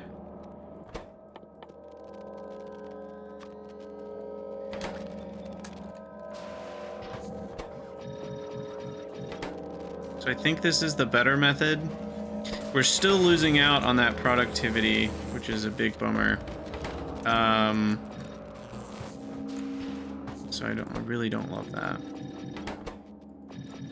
But there's not an easy way to fix that. Because what I was thinking is we could, I already considered like, well, what if I doubled these numbers? So we only set it to the green one if we have twice as many. But then the problem is as soon as it uses up the ingredients for the first set, like as soon as it starts running the first one, well, now it doesn't have the doubled numbers anymore. So then we go back to needing some sort of timer setup that runs long enough for 2 craftings to keep the recipe set to that thing. And And it is exactly 50% productivity, so if we run it exactly twice, that should always work properly. Oh, Pyanodons has spoilage now? Ooh, monumental day, huh? That's bound to be disgusting. That's bound to be disgusting. Okay, well, let's work on that for a minute. What's the best way to deconstruct these? I feel like I've made a royal mess. Why don't I personally see to the mess? How about deconstruct that? Copy the... we'll give the bots a minute to do their dirty work. Ooh, I have 2 epics! We have our first epic! Quality module 3s. Didn't even notice. Our first purples! Yes, I must take a screenshot. Alright, so this is supposed to be a little bit better. Definitely is more compact for the same amount of total processing. Oh, the requester chests. Shoot.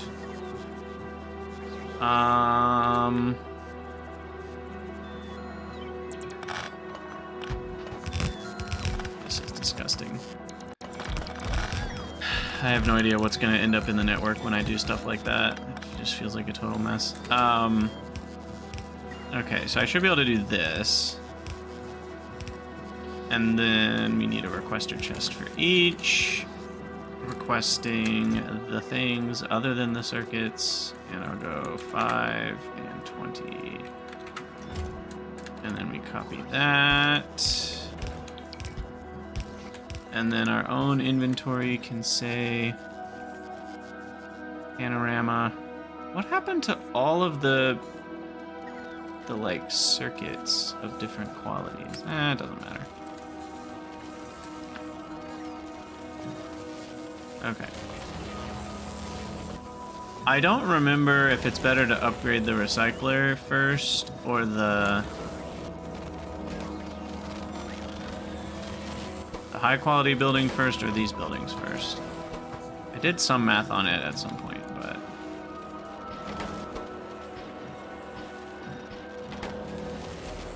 because if that one's making the uncommons, that makes it a better chance to upcycle to, you know, rares or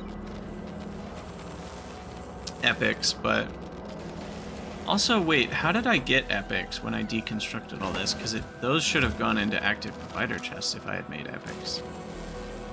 Oh, but I have a small chance to make epics on the first try. Right. I didn't consider that. We have a chance to just straight up make epics, and those are not ending up in the provider chest. Crap. How do I handle that? How do I handle that?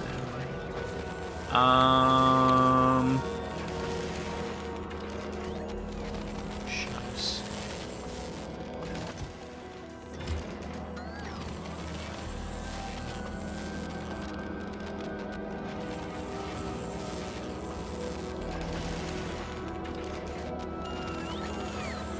Ah, thank you. Yeah, the answer is the same way we handled this. I do that, and then these have the blacklist of the epic. Thank you. Okay, that's not that bad of a solution. I was like, there's gotta be a way to do this. There's gotta be a way. Alright, paste that over.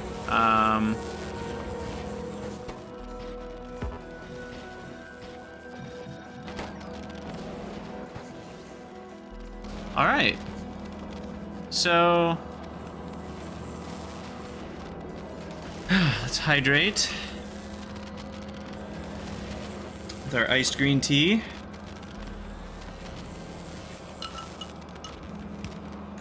Gotta get some brain food. And now let's see if we can easily solve the make 2 at a time issue.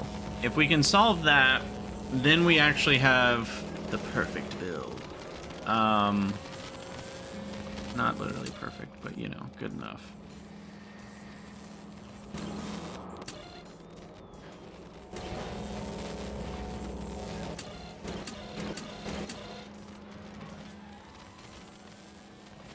Okay, so that counts up to 20 before it starts recycling. There we go, now we're recycling.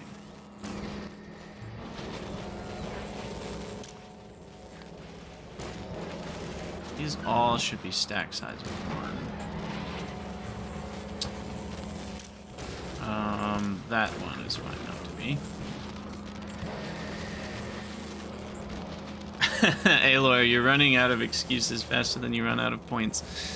Well, we can get your name next to... Where's a concrete one? There we go.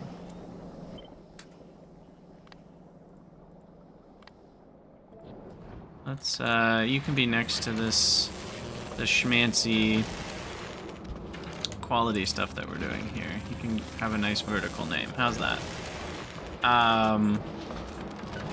Okay, so I'm trying to think about an easy way to do this, and I'm running out of ideas. I unfortunately think the answer might be a timer,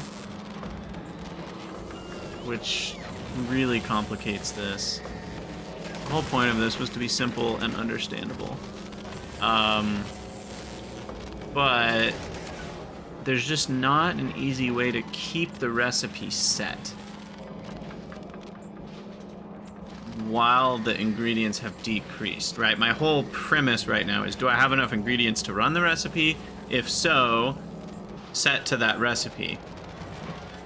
So there's no, it just doesn't have the capability right now to do that.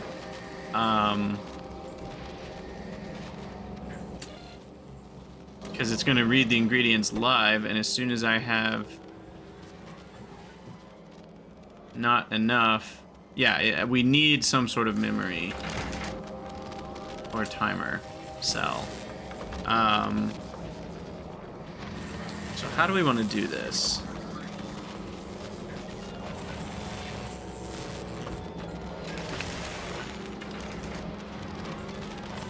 Let's see. Not really, Edison. Like I said, I'd like to solve this, you know, myself. If I'm specifically like trying to make a certain thing work, and I'm, you know, like, I don't mind tips on how to do the thing I'm already trying to do. Like, if I've already, what am I trying to say? Like, the type of backseating I don't mind is like, oh, I built an underground because I was trying to do that, but then like I didn't notice there was an extra underground or something, and then you point that out. That sort of backseating I like, because that's just like loose play, you know? But the backseating I don't need as much of is the like, oh, you should do this instead, or and sometimes I'm looking for new ideas and new stuff, but like here, like whatever tip you give me, I'm probably not going to want to use anyway, because it's like, that's your solution to this problem. Like, a lot of people have already solved this problem in a lot of different ways, and none of them are wrong. Well, I guess if it doesn't work, it's wrong. But none of them are wrong that work. And I'm just trying to build a solution that works, not necessarily one that's the best or optimized or whatever. So right now, like, the idea of using a timer is certainly the one it's the leading idea, and I'm trying to decide if I actually want to do that or not. Because the timer, we would basically read what recipe, like whenever we set a recipe, that's going to be on this output line, which I don't remember what color that is, the red line here. And the red line then, once we get a red signal, we basically just want to keep sending that signal until it's had enough time to craft twice. And we already know the other problem is power, right? If we have low power, then this could break. Is a timer the only option? No, there are probably others. That might even be, because we can read the recipe finished, right? So we could wait till we have enough for both, and then I could set the recipe. It could run it once, and then whenever it finishes a recipe, it could repeat that recipe once and then reset back to neutral. So we could do something like that. But then we have to have a memory cell, at least one memory cell for that, maybe two. So that doesn't seem as simple.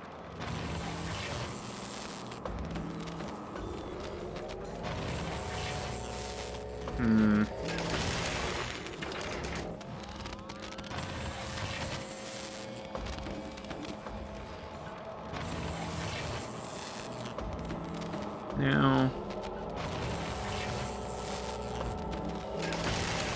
this could be a problem. Is 3 too many? Uh-oh. 3 might be too many.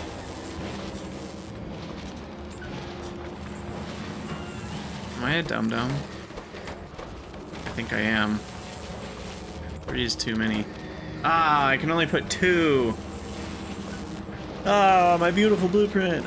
Because 3 is gonna make 4.5's worth of outputs. I don't know why I didn't do that math right.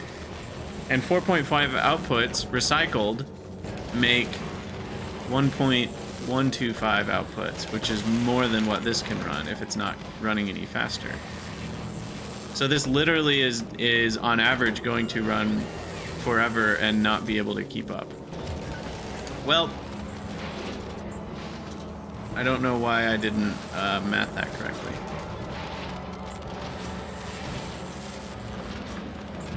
So that means I literally just need to ditch the third one here.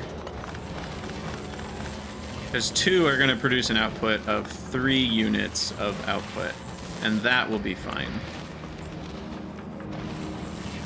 Because 1/4 of 3 is 0.75, and 0.75 works. Obviously, I can shift all this up by a couple tiles and move the combinators around. We can at least make this 1 tile skinnier. I know, the 3 did look pretty cool. It's kind of a bummer. It did look kind of cool.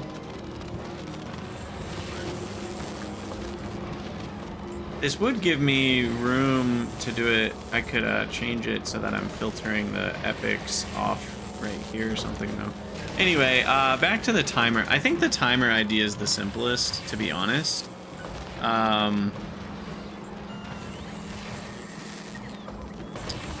So let's work on that. So, do I remember how to make a timer?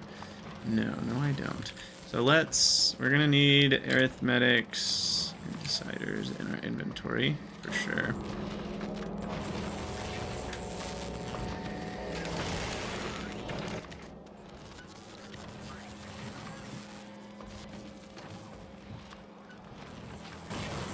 Okay, so let's do...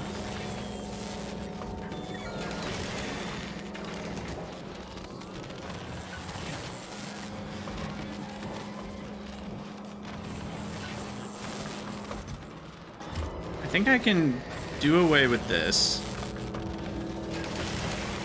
Because now we know... And I don't need to worry about the inserter either. I don't need to read the contents.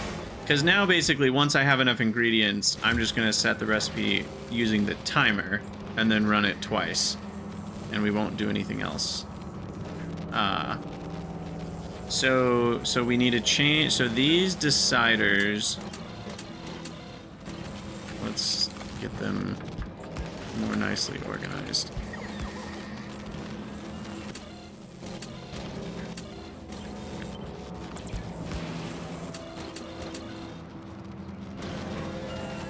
New mod idea, no iron, you start with a recycler. You have to recycle your pistols. So you're basically going with the, what was the name of that?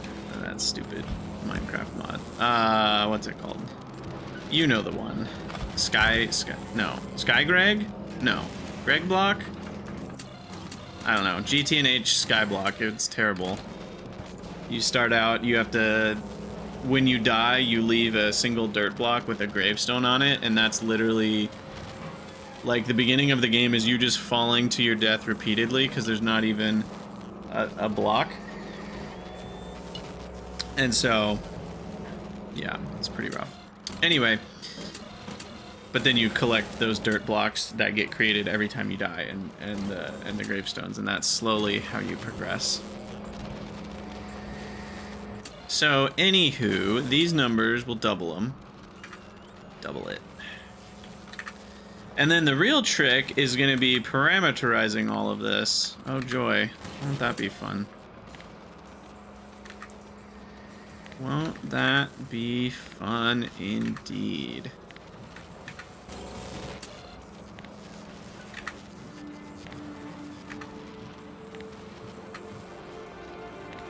Heck, I don't even know if I can parameterize this fully.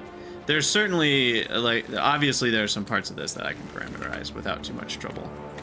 But can I parameterize the entire thing? I'm not certain. Okay, so that's all right. So we're waiting till we have 2 sets of ingredients. Boom. So when we have 2 sets of ingredients, these output a signal. They will not output the signal to the assembler. Instead, they will output the signal to some sort of repeater. Now, the best part is I can use that signal as the timer. I don't have to I don't have to make some separate timer signal, because the amount of the signal that I'm outputting doesn't matter. So we can do some sort of arithmetic loop. So we'll red wire to the input. This will have a green wire to its own input. And then I just do each plus 1 output each. So we get a signal. Oh no, but then it's, what if we get one signal and then 10 seconds later we get another one, because then it's going to start cycling that one. But then it can't run 2 things at once. Oh no! Oh gosh.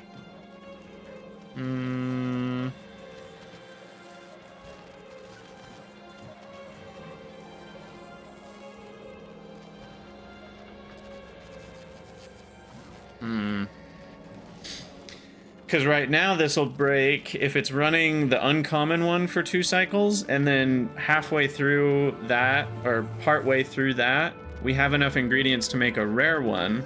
Then it's going to start, that'll start and get joined into the cycle.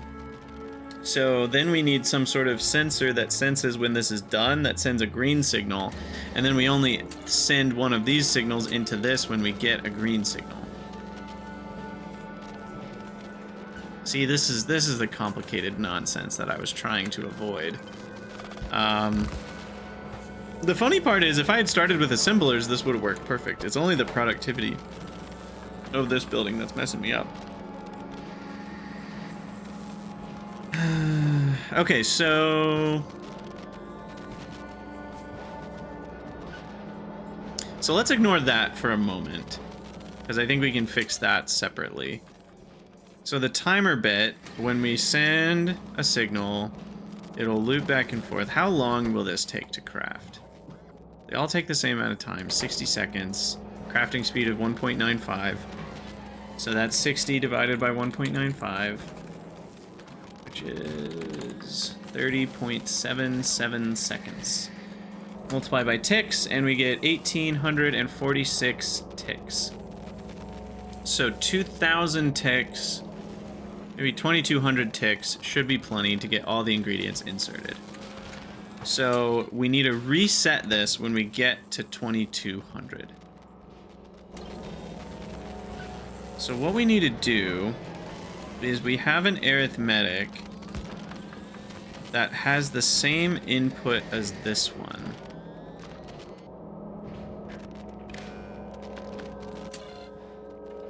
No, sorry, a decider. And when we get, if anything is greater than 2200, then we output that thing. It's gonna be 1 tick delayed though.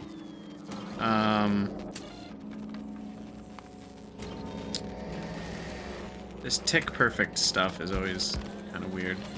So then I need to... So that will be true on the same tick that this has 2200. On the next tick, this will send to here, and then on the next tick, that'll send to there. So I need to add... I need to go negative 2202. Maybe?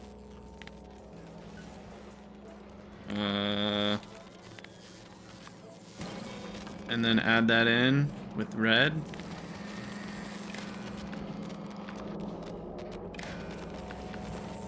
Alright, easy way to test is we get a constant combinator. Circuit time! How we love our circuit time. Do I have constant combinators? No.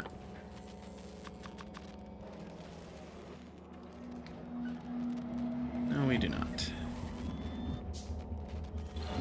Okay, so let's try an initial input. Oh no, what if these added 1? What if this got ready again within the same... Is that even possible? I mean, probably not. I don't think it's possible. Let's ignore whether it's possible and let's just say it did. Then this would add 1 more signal. But that will be stopped by having the whole green ready. These won't actually send the go signals until these are ready to re-go again. So that should be fine. We'll get that figured out. So I don't need to worry about that. I don't even think it's possible in the first place, because if we were... As soon as we're ready to do 2 recycles of uncommon, and then that runs, we've already lost 1 whole ingredient amount for an uncommon. And I don't think it's possible...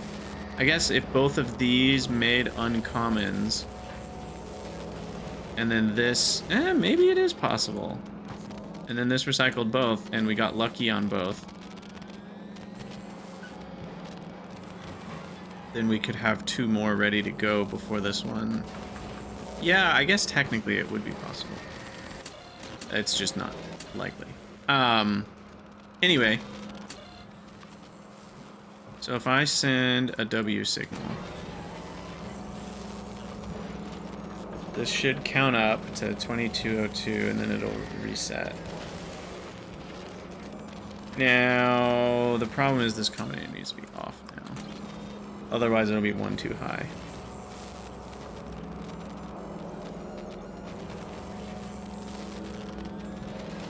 Ah! I timed it. Timed it right. Success. Great success. Very nice. So yeah, I mean, that's it. We did it. I'm sure we could have done this in less than 3 combinators.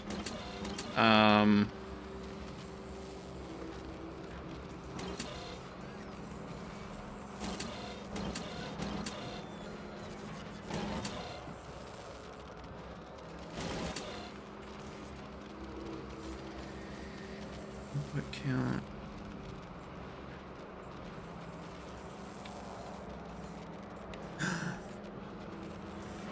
Can you... Hold on.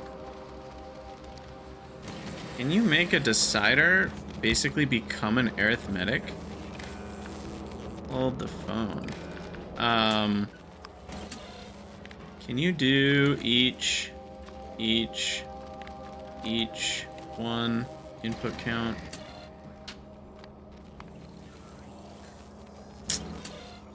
Wow, the new deciders are so strong.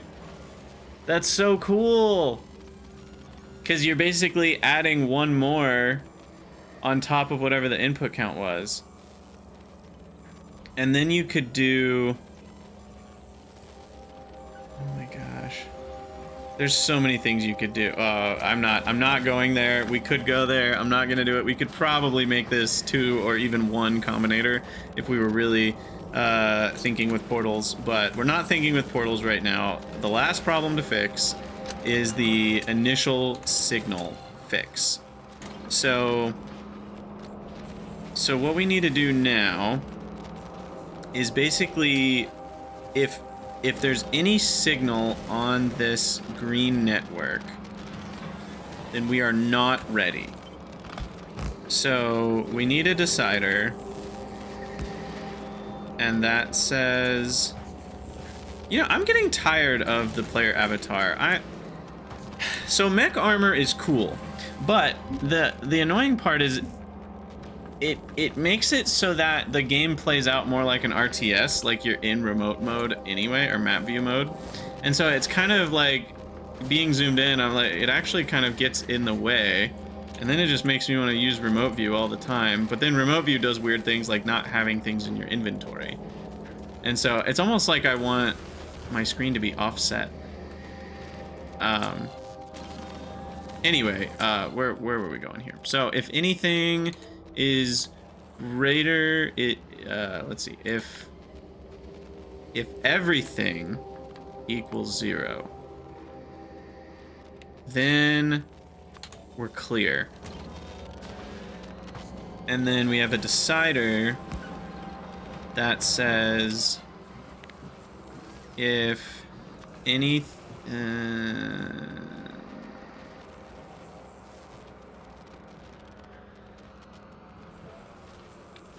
and green equals 1.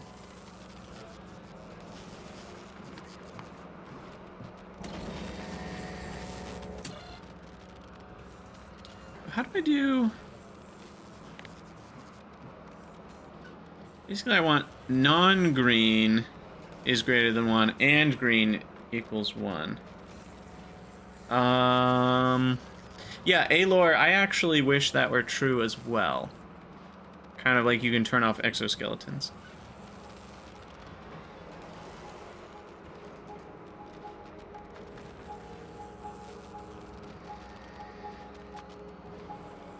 If each is greater than 0 and green is 1, then output 1 of each. That will output a green signal. Just use different colored cables. Ah, yes. I keep forgetting we can do that.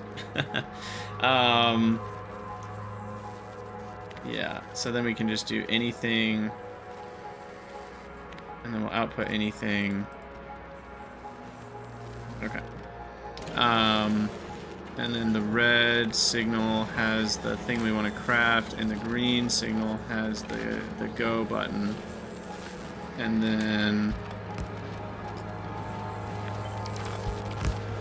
then we send the thing we want to craft. What did I say? The red signal has the thing we want to craft, and the green signal has that. Perfect.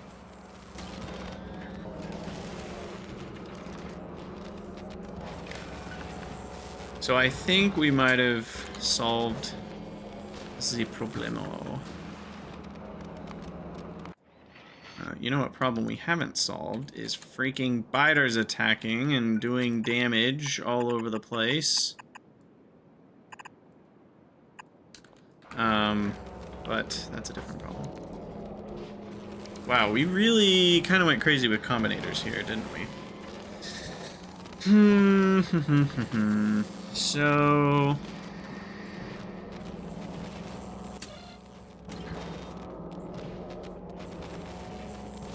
And then I should just be able to set the recipe off of that signal now.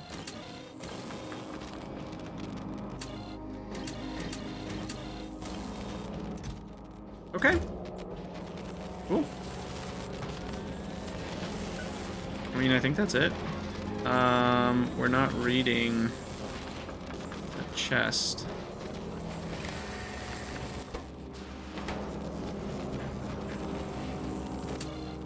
Oh, no, we got a problem.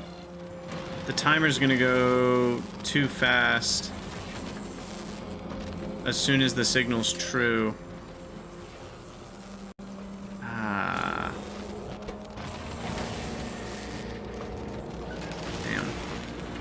Damn.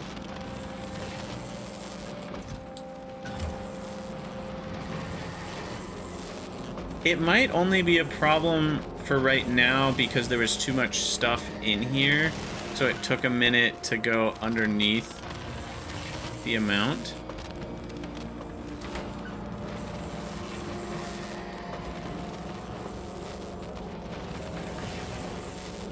Because in most cases, it'll get triggered literally the moment we have enough stuff, and then as soon as the inserter takes one of those items, it'll go back down below that signal. So I think this is mainly an issue right now while it's running to get rid of this backlog of stuff. I don't think this will be an issue in the proper build. But we've already talked about, like, what if these two were to finish, or what if the recycler were to give back 2 recipes worth of stuff and it just happened to give me all the ingredients? But it never will, right? No, it never will. Recycling... Right. I don't know why I forgot this. The recycling will give me literally exactly 1 quality module 2 every time. There's no chance. There's not a chance to give back 4 quality module 2s. When I recycle this, it will give me exactly 1 quality module 2 every time. So there's no fear. The recycler would have to run 4 times to give me another ingredient's worth. And I'm not going to be able to make 4 modules in that amount of time. So all that to say, I think this will work fine once we work through this backlog. So it might be best if I remove the backlog to start with, and I just preemptively put in 50 of those. And it should recycle anything over 20. And we'll just see how things run from here.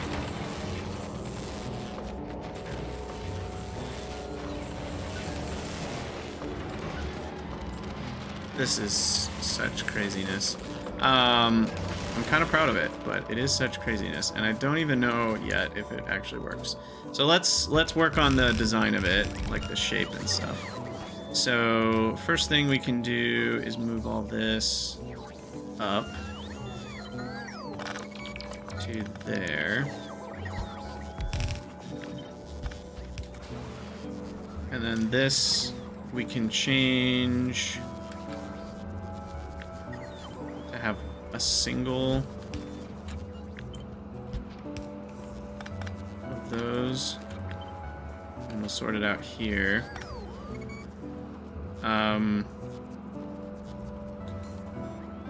That actually pokes out, which I don't like.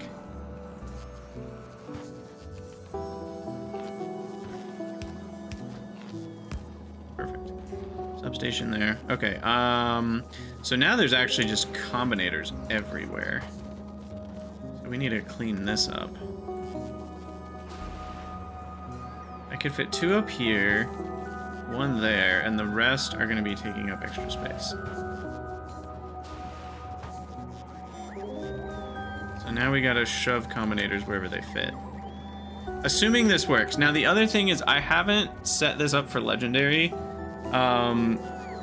So the question I guess I have to ask myself is, do I want to redesign this for legendary later? Do I want to do it now? Or am I going to come up with a better design by the time I get to legendary? To add in legendary processing, it would require another 2 combinators. I'll just add it later at my own risk. But yeah, let's do some combinator Tetris.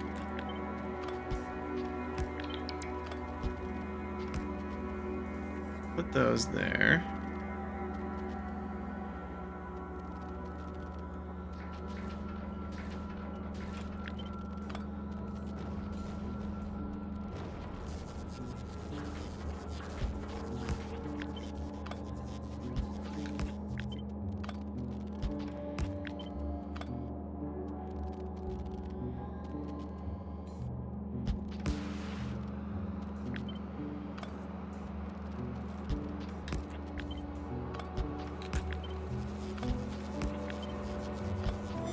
Please God, I hope I didn't disconnect anything in that.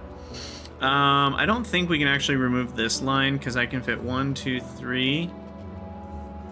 Could fit a fourth up there. Oh, we can actually fit them all. If we can get everything to stay connected, we actually can do this.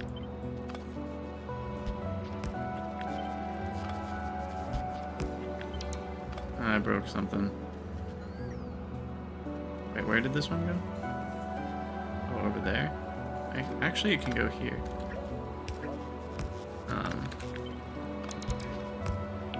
Oh no. We lost a connection.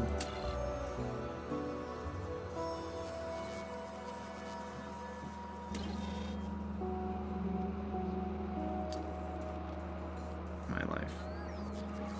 You know what we need? There's pipe visualizer. Is there circuit visualizer? Because like, it's actually really hard. I know that it highlights them, but it doesn't highlight well enough, and it needs to highlight the entities that it touches as well, not just the wire itself. Yeah, we could undo. I think it's only this one connection though that's busted. So I think I'd rather just figure out what that one is. It's just this one. Oh. No, I never actually connected it properly in the first place.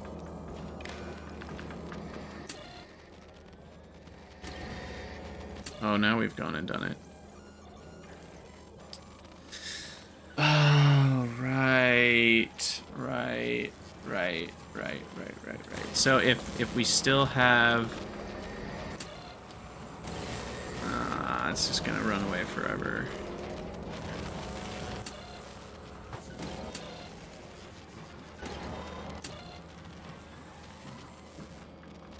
So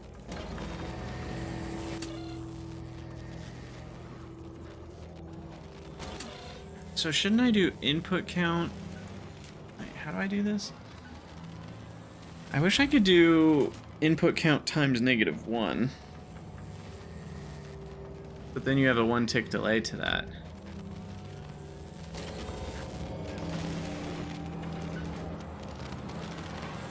It was a load-bearing disconnected combinator. Yeah, I've definitely screwed up here.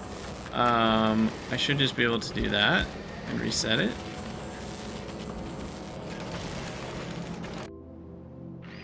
Okay, this corner is some hot action.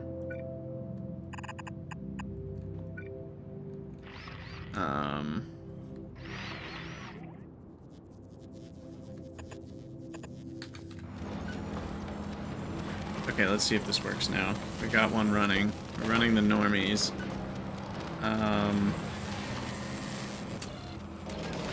Does this work? Yeah, Wascally, we haven't gotten to Spidertrons yet. That'll probably be someday.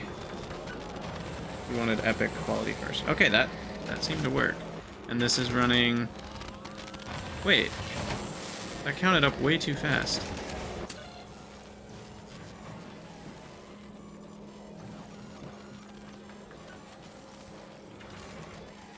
This is counting up 2 at a time. And I'm not sure why.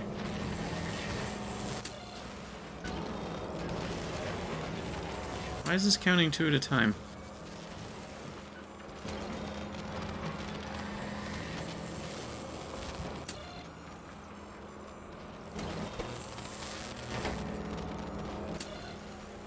I'm doing +1. Yeah, I mean, we have the ability to make artillery in Spidertron. 2, 3, 4, 5, 6. No, maybe this is fine. Did I just count the number of ticks wrong? That does have a stack size of 1. Do we need that anymore? Let's override that. That could be part of the problem.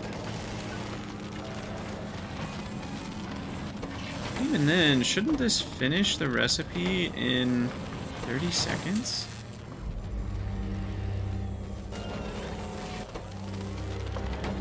Okay, we're close. Okay, so the issue is the 2200. Needs to be a different number. So let's say 2500, and this is 2502. I'm very glad this game is deterministic. Otherwise, these sorts of count perfect tick things with combinators wouldn't work. But like, I know it feels weird, because like, oh, what if it was off by 1? But it's like, if you've programmed it the right way, it literally cannot be off by 1. It's not possible, assuming there's no extra signals getting added into it. So it feels risky to do it that way, because it's like, oh, if it was literally off by 1, it'll miss the count and then run away forever. But it can't do that. I believe combinators are fine with low power. Okay, so this reset, but that was in the middle of this running, which is the way we want it to work. So this should finish the extra productivity craft. Now the question is, are there any rounding errors here, or will it actually produce 2 items?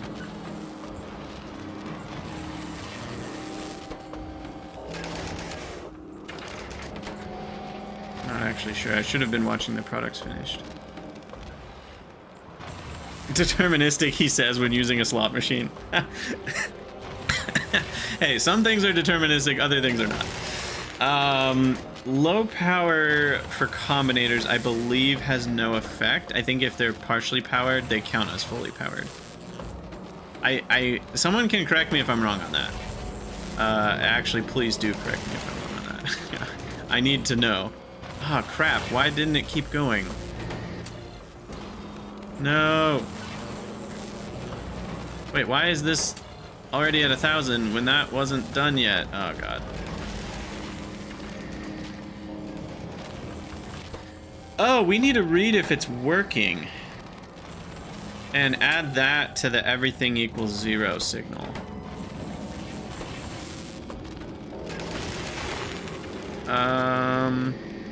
Is that okay to combine? Actually, yeah, that's okay.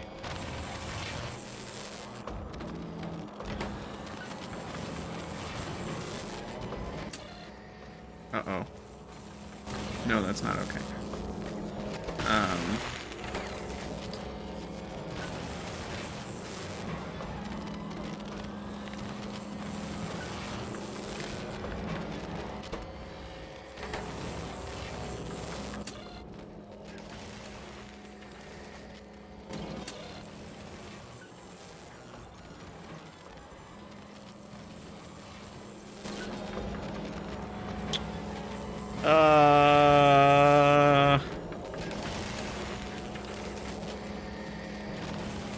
So we're setting the recipe with the numbers that are counting up. I want to separately read if it's working. Now the problem is I can't use the anything signal to count up. Oh, no, I just changed the each color.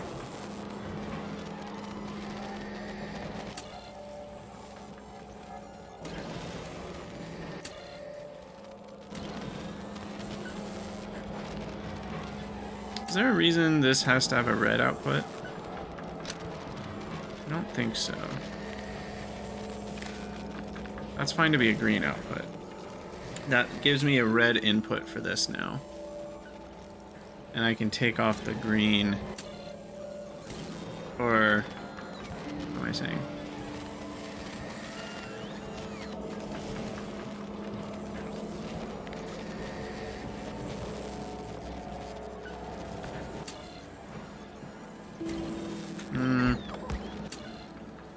What am I trying to say? Oh gosh. Ah, panic.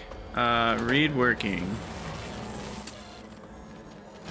Now we don't want that signal to end up on the green somehow.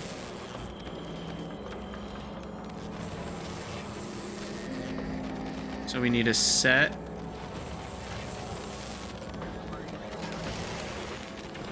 Is there a way to this is so tricky. I want... The problem is this is set by the output of this. It also needs to be connected to the input of this. So no, there's no way. Unless... Oh boy. That's fun. If I do that, does it work?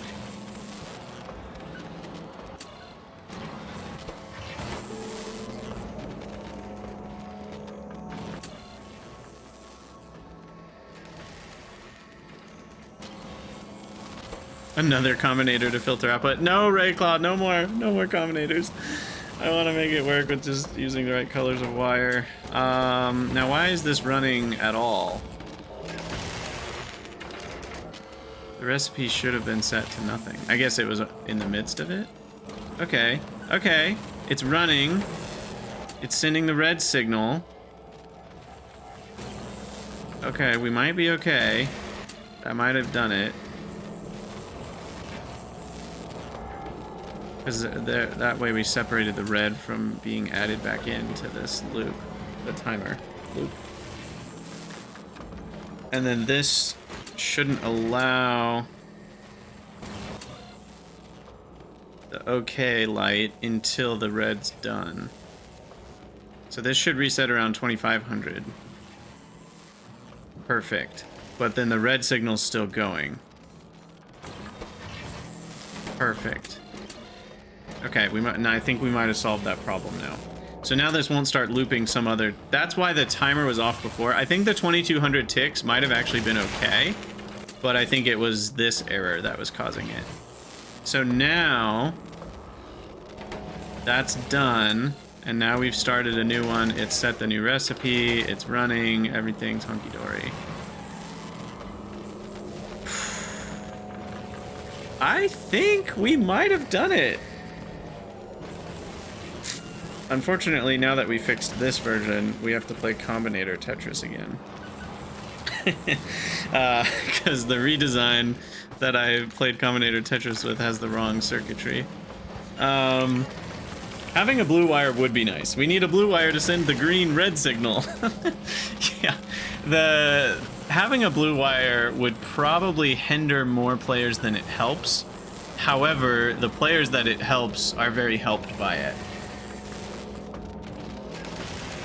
So, I forget, is there a mod that makes that possible, or is it like hard-coded to not be possible?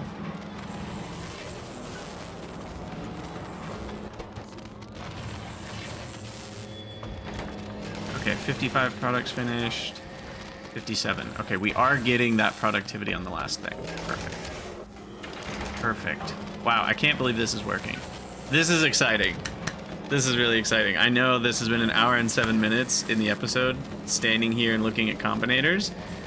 However, I hope you guys have enjoyed it, because I know I have. Are there better solutions? Certainly. But this is my solution, and therefore it's beautiful. Now, the question is, are there some small ways that we can redo things?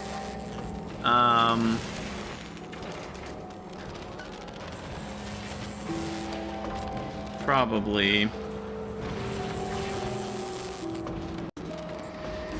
Like,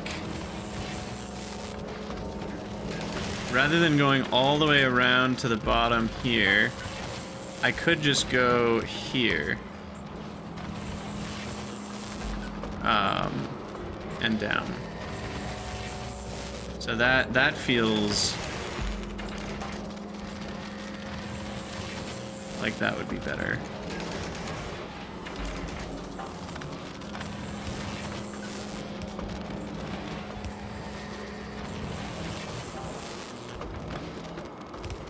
Like that.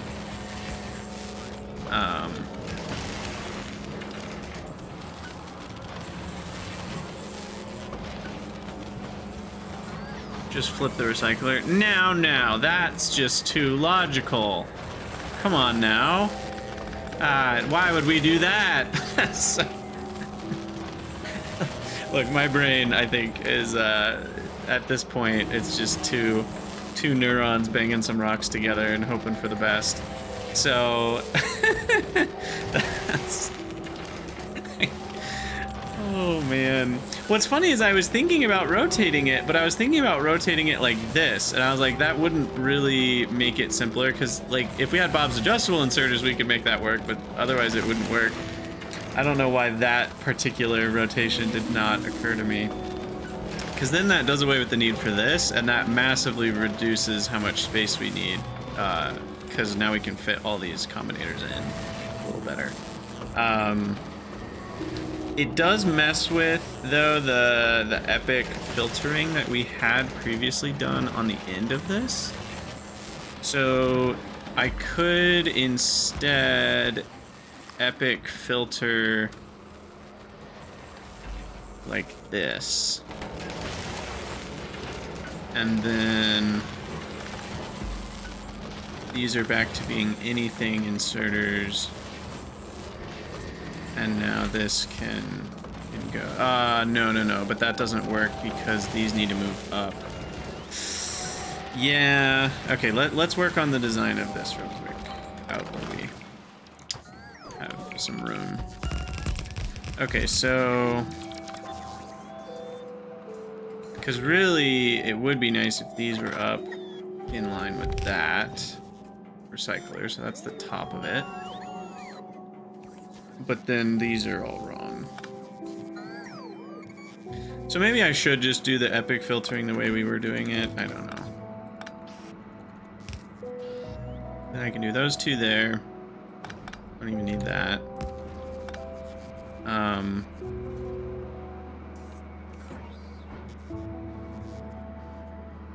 It's almost feeling like these could be closer somehow. How would that work?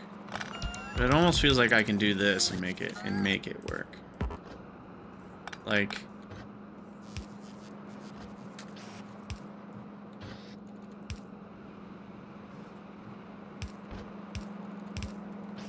I mean, technically that works, but is that now less compact or more compact? We saved one tile from the left, but now the combinators aren't all gonna fit, I don't think. We've got room for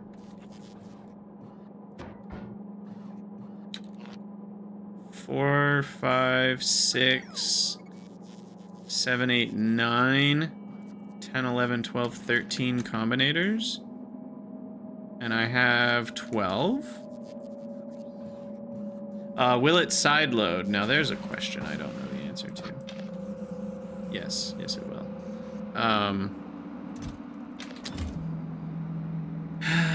Oh, and I need, oh no, and I need the substation. So this won't work. Wait, no, we can save ourselves another tile of space here. Substation there, right in the middle of everything. This is cursed, man. This is so cursed. This is the blurstest. Oh, but we're not doing the epic filtering. Oh, no, I can do the epic filtering here. I could even use the same thing, but then we'd have extra belts.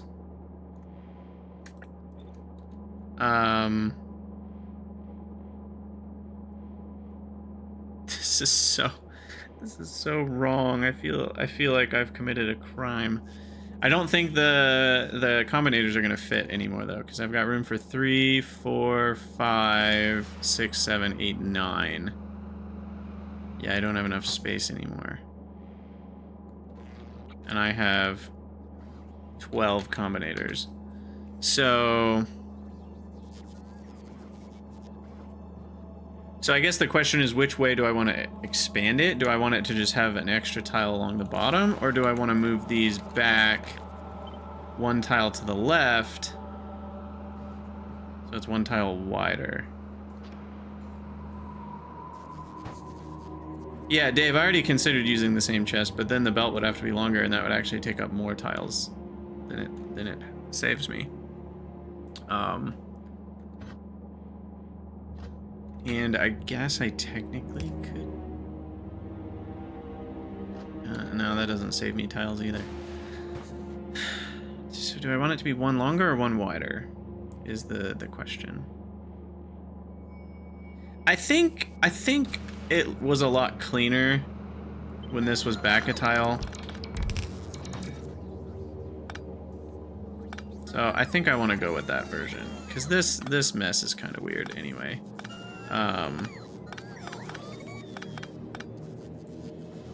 So let's just go back to this version. Why does the belt need to be longer? Because the items would need to get over here. I guess I could have used a long inserter to save a couple tiles. But if I was using the same chest, the inserter would have to grab from something. Anyway, I can also move this to be like on the back there. That saves a little bit of room on the bottom for combinators to stay organized. Oh, I could have just moved the chest on the right. Yes, like I just did. Yes, that is true.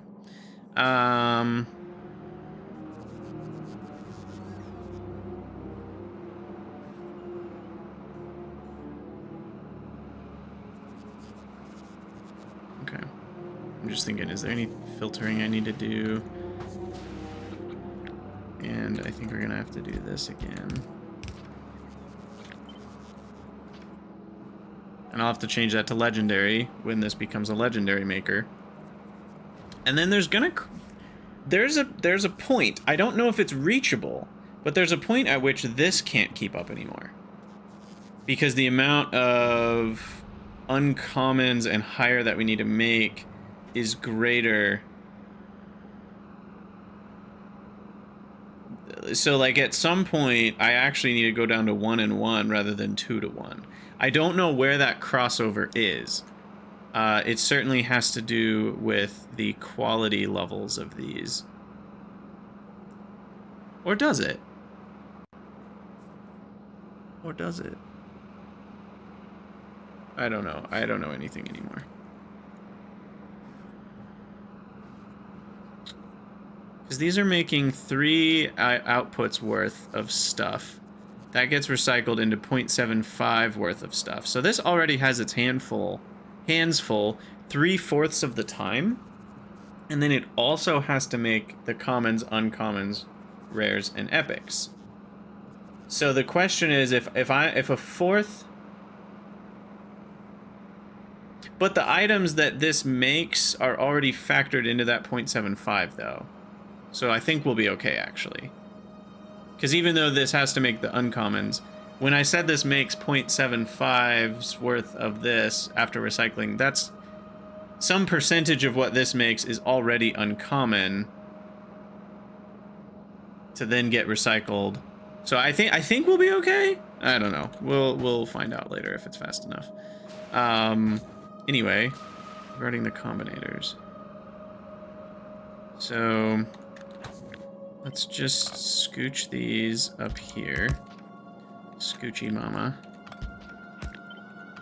Move those over. Move these over. Move those there. Move that there. Move these two up here. And I think that does it. Ta-da! The Gambling Machine V 3.0? Can we call it 3.0? I don't know how many iterations I've done at this point. I am going to manually grab some things, which could be painful.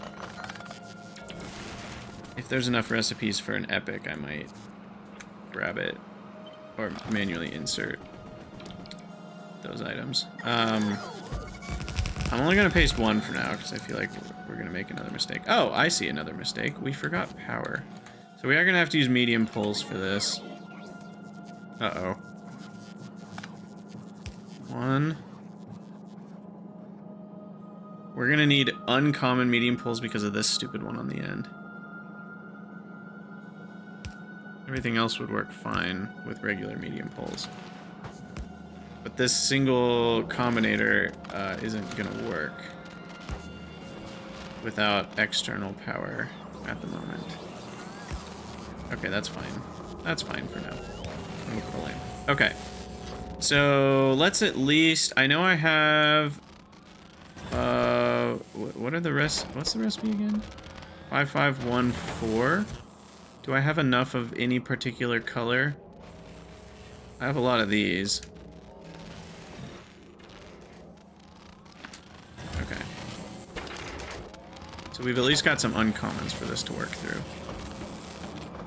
We'll see if that can catch up.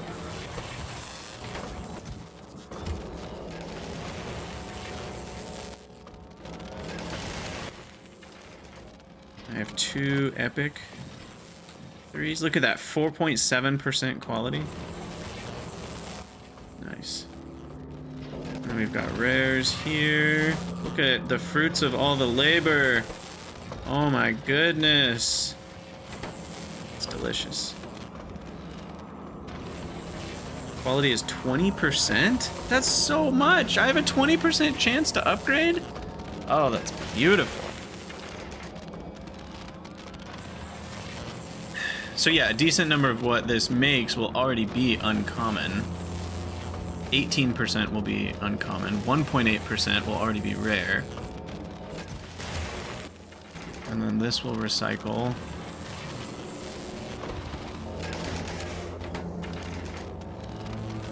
I mean, I don't know if this is working perfectly, but I think it might be. Look at how many quality 2s I have. Oh my gosh. Get rid of all these random bits and bobs. And then change my own.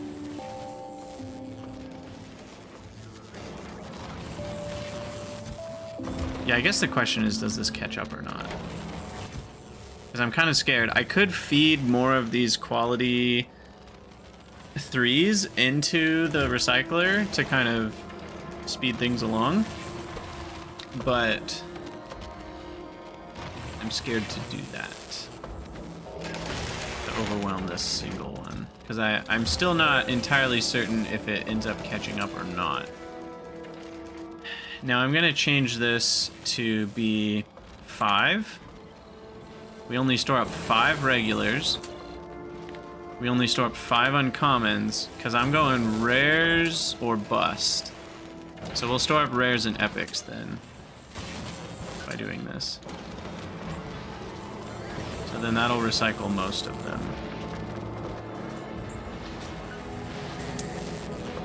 Alright, well, I'm pretty proud of this blueprint. I will put it on my Discord for those who want it as a starting point to mess with stuff.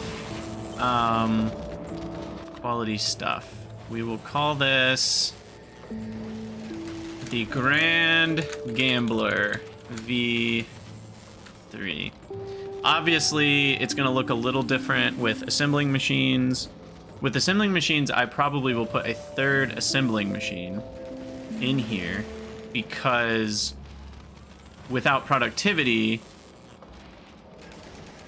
and then the other there's all sorts of little problems with this, because the other problem is when we're making intermediates. Like if I wanted to use this to roll for legendary blue circuits, for example, then we actually do want some productivity modules in these buildings. So I don't know how much you guys know about the math of quality, but it turns out that you actually do sometimes want productivity modules mixed with quality modules. I believe the shift, though, is only once you have rare or higher prod 3s, which have a 19% productivity bonus each. And in case you are a visual person, I'm talking about the rare productivity module 3s or higher. Oh, 16%. I think once you have those, it actually is more efficient to mix some of those in with the quality modules that you have in your crafting buildings. Obviously, that only works if you're working on gambling for an intermediate that can accept productivity modules. And I think the ratio of how many you put changes slightly based on whether you're using like electromagnetic plants, which have an innate prod bonus, versus assemblers, which don't. There's all sorts of chaos with that. But yeah, all that to say, I think... Uh-oh. I think these are starting to build up too much now. Yeah, I'm gonna copy this. We're gonna run a second copy, and we're just gonna see if we start it with nothing, does this end up getting overwhelmed or not? If we start with nothing, does it get overwhelmed? We shall see. And then I don't have enough of the rares. So there's 2.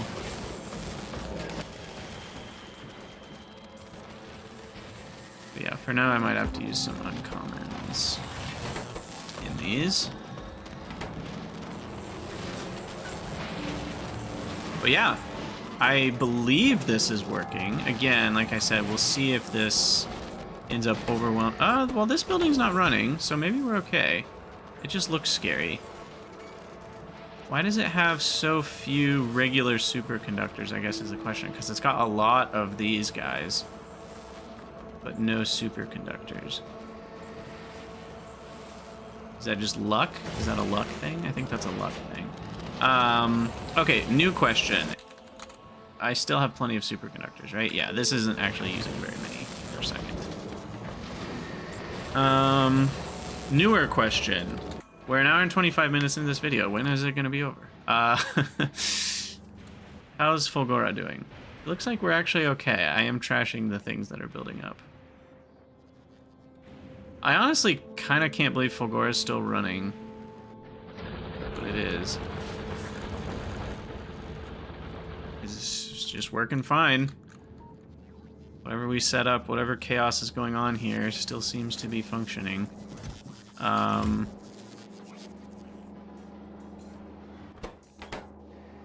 This refined concrete. Now that's a problem.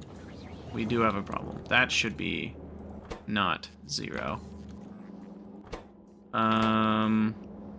Why do I have 0 refined concrete? Nope, wrong search.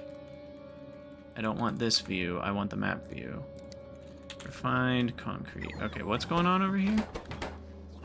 Oh! Haha! Now there's a funny problem. What a funny issue.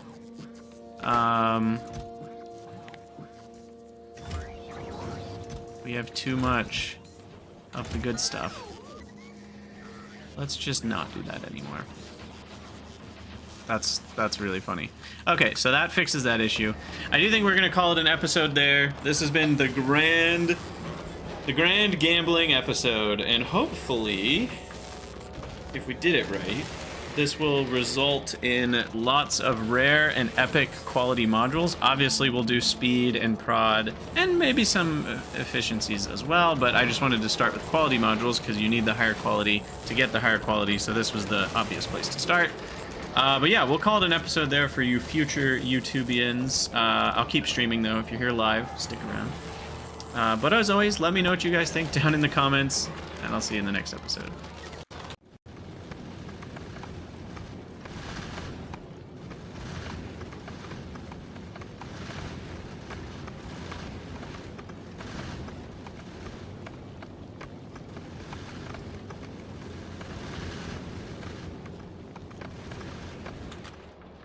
Okay, so, am I happy with this design? I actually really am. I bet we could make it better. Well, I could just stop talking there. I bet we could make it better. The main thing I feel like could be really improved is this part. I feel like there's probably a way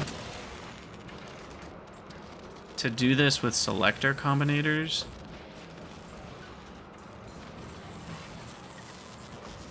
There might not be.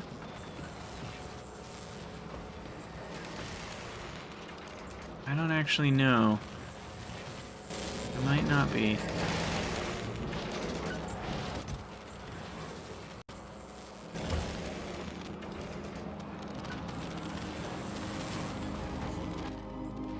But yeah, let me set a request for epic 3s. That's what we're actually producing with all of this. The rares are not going into the network, but they are building up internally, which I can just manually grab when I want them.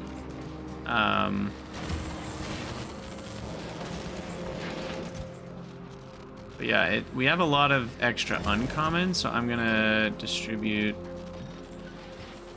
a bunch into here. Let's see if it breaks it. If it doesn't break it, great. If it breaks it, well, we'll know what to fix. Factorio update's out. I've probably accumulated a ton of spoilage. Yes, 25,000 spoilage.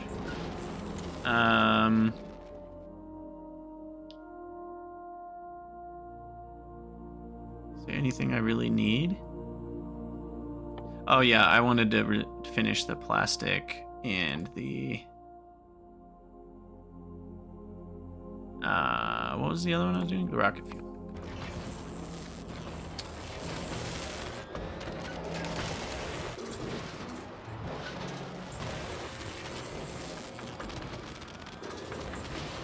Now then, the real question is, what ratio am I actually getting out of epic quality modules? So I do have a spreadsheet. Quality calcs. Let's see if I can share this with you guys. Window capture. Quality calcs. There we go. Okay, so here, our quality percent on recycle needs to be set to what our recyclers have. Let's just assume I have the rare quality module 3s, which are 4% each. So this is going to be 16%. The quality percent on production is not 50, 20%. Wait, is this the wrong? This is the wrong sheet. Hold on. This is the wrong sheet. One moment. I thought this was it. Oh, no, here it is. Okay. So, quality module effect of a rare quality 3 is 4%. Prod module rares would be 16 if I had them. The base building prod is 0.5. Module slots 5. And I'm using 5 quality modules. Okay, the problem is this is set up for legendaries, not for rares. And I haven't programmed this part in yet. Is there an easy way to fix this? I mean, I could just take out the recycle epics.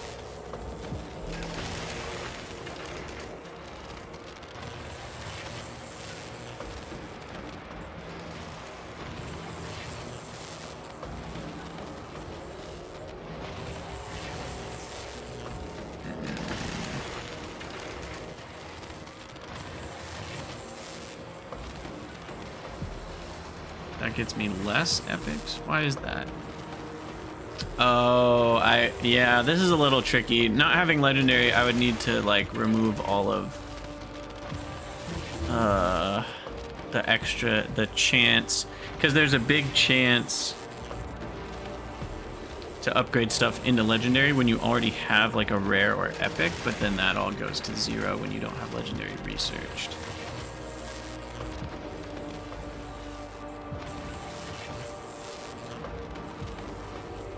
So this is the result of the initial crafting of stuff. Basically, all of these numbers would get added into these as just the epics. Then you remake, so that's the sum of the ingredients. You recraft those. And again, that gets added into this. There is no crafting of legendary. I don't know if I can fix these numbers really easily to not have legendaries.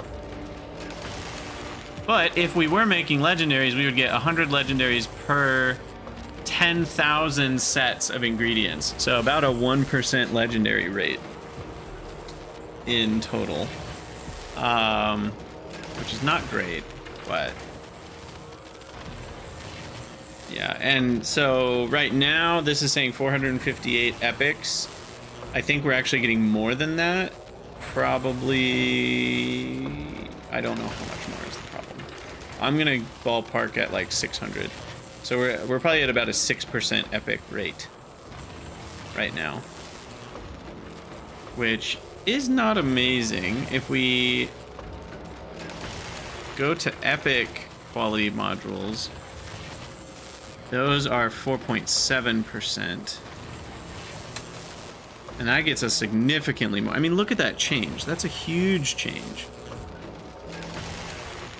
Just that 4% to 4.7% is like almost doubling. I mean, 70% more legendaries. That's just insane, like how that looping works. And we're getting about a third more epics, but probably even more than that, because again, remember, like, these numbers are kind of tied together since I don't have legendary unlocked. I don't know exactly what the number is, but it's going to be higher than that. So that's good. So that means I can rely on having more than 6% return on investment for epics. So if I make 16 in one of these, that should result in about 1 epic. And so if each of these is crafting at a rate of 2, that's a total of 8. So every 2 minutes, I'm getting 1 per 2 minutes, roughly, at the moment. That's what the numbers say. That is an average, obviously. This is a gambling machine after all. So does it actually result in that? No idea.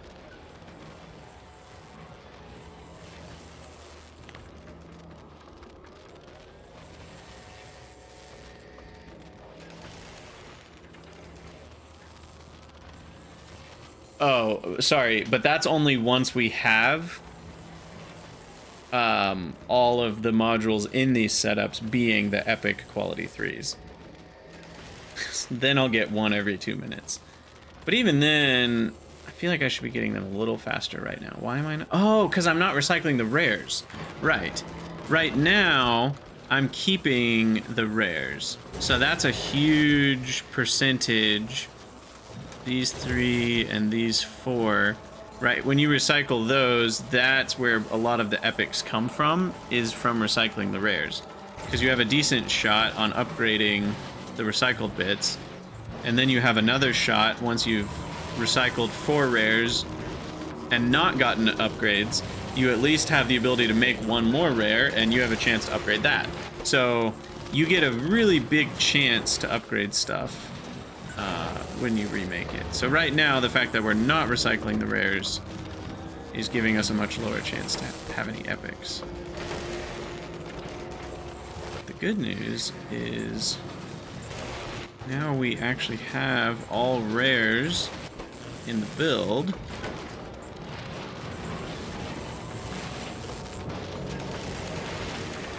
Which is great. And I think I'll probably do 1 or 2 more of these.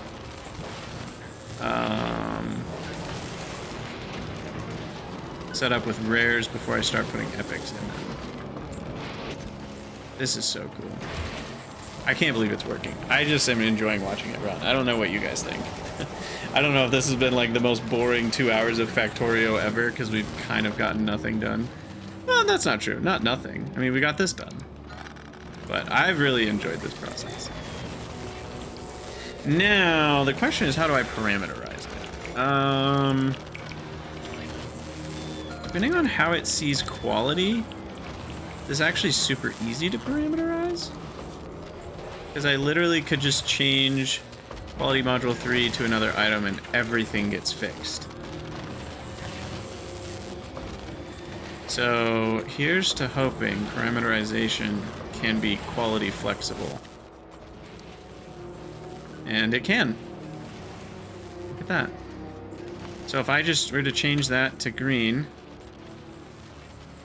change that to, or green, blue, and change this to the ingredient,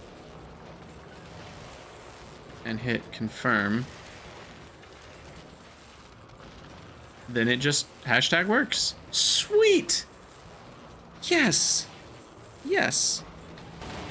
So it's not worth it to quality the Mark 1 and 2 modules. So Dave, that comes back to the classic question.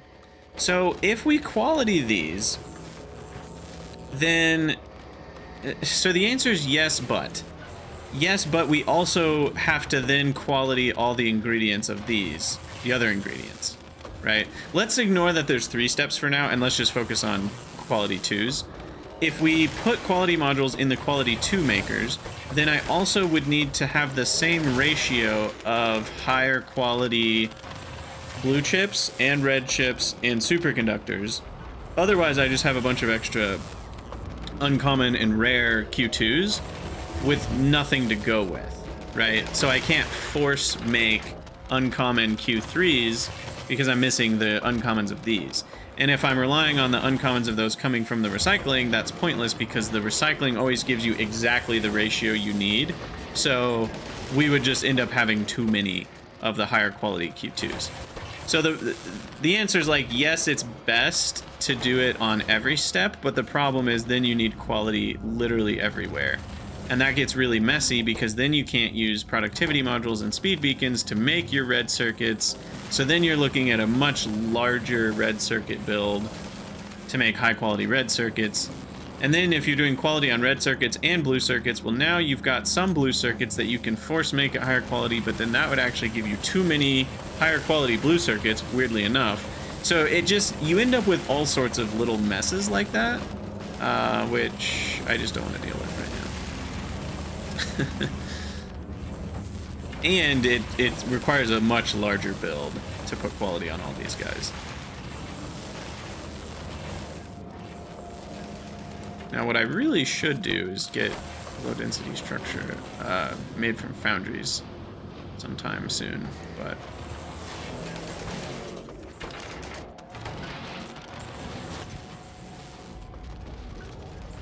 it's just crazy to me that this is working. This feels magical. Feels very magical. Wow, having alt mode off just looks so weird. Jeff, you tried doing that in your factory up to epic now, and the overflow of random crap is overwhelming. But it's nice to be able to deterministically craft any quality at will. Yes, that is exactly what I would expect it to feel like. And that's why I haven't done it, is because there's just such a flood of wrong ratio, right? And it works fine if... Yeah, modules are actually a really bad example of where you could do it because modules require themselves and also the same ingredients in 2 different steps. You've got some weirdness going on. For something else, it could work out fine. Because the ratios would all end up being the same. But, you know, like for maybe inserters, like you could make... No, but even then, red circuits require green circuits. So you've got a weirdness there where, like, if you put quality in the green circuits, that will give you the ratio, the same ratio as if you put quality in gears, and the same ratio as if you put quality in inserters.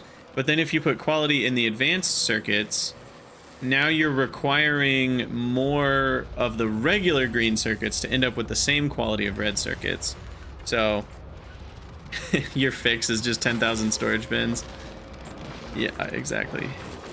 Yeah, I think there's a world where eventually you put quality on lots of things, but I actually feel like it's simpler to just mass produce the cheap stuff with prod modules and speed, and then you just quality gamble for the things that you're wanting to upgrade. But it isn't the most efficient, so yeah, if your literal goal is legendary everything, there's probably a world where you just... Every single building in your entire base has quality modules in it, and you're using bots to sort it all out, or an insane train network to sort it all out. I don't even know. I don't even know, because you'd be recycling all sorts of stuff when you have too much of it, but then you'd be using that stuff. If you don't have enough legendaries of it, you'd rather process the uncommons and have a chance at upgrading them into rares, but sometimes you just need to recycle the uncommons because you have too many of them because the ratios aren't right. It's pretty nuts to think of a base that handles all of that. It's pretty nuts. Yeah, exactly. And then you and then the question is like, you only want to recycle it with quality modules if you need upgraded quality of its ingredients, which you also might have too much of those, in which case you actually just want to delete the items. You get into all sorts of weird stuff. Yeah, Jeff, you've been thinking about it nonstop for days and you can't get it to feel smooth. I do think that's kind of how it works, for sure. I mean, I've considered if I were to go the route of putting quality on miners, I actually think there's a world where you end up saying, you know what? I'm going to find big patches, you know, like this size or bigger, and I'm going to go full uncommon, or like these 3 iron patches, right? Like we could connect all those with belts, and we say we literally delete all the ore other than the uncommon ore. So then we're only working with uncommon from there on out, right? And then we've got uncommon plates, and then everything. And if you do that in all your patches, now you've just got a baseline of uncommon. There's no such thing as common items anymore. And then you can work from there, right? That would be the way that I think I would try to start, rather than just quality everything and we have random piles of everything. The issue, though, wait a second, with foundries, that doesn't work. Because if you're making the molten iron, that doesn't have quality. So if you were doing it that way, you would have to not use foundries, which is kind of an annoying thing. I guess then the question becomes, and I'm sure someone's done this math, it's probably not that hard of a math. Rather than doing that, you could just quality the foundries and recycle all the iron plates, like just delete all the iron plates that are normal. Or no, they have a chance to upcycle into higher quality of themselves. So yeah, you could just yeah, the question is it better to use guaranteed uncommon ore in the regular smelters with, we're just assuming max modules here for productivity, or is it better to mine regular iron ore with no quality in the miners, smelt that into iron plates, and then upcycle the iron plates? You have one chance to just craft the uncommons from the foundry, and then you get more chances when you recycle them with quality in the recyclers. And that obviously makes more total plates out of the same amount of ore. So that actually might be the more efficient way to do it.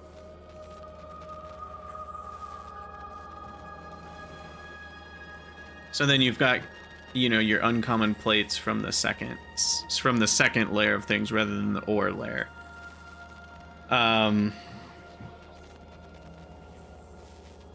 It's just, but now I'm thinking like, but yeah, so then you have uncommon iron plates, you have uncommon copper plates, you have uncommon plastic, same way.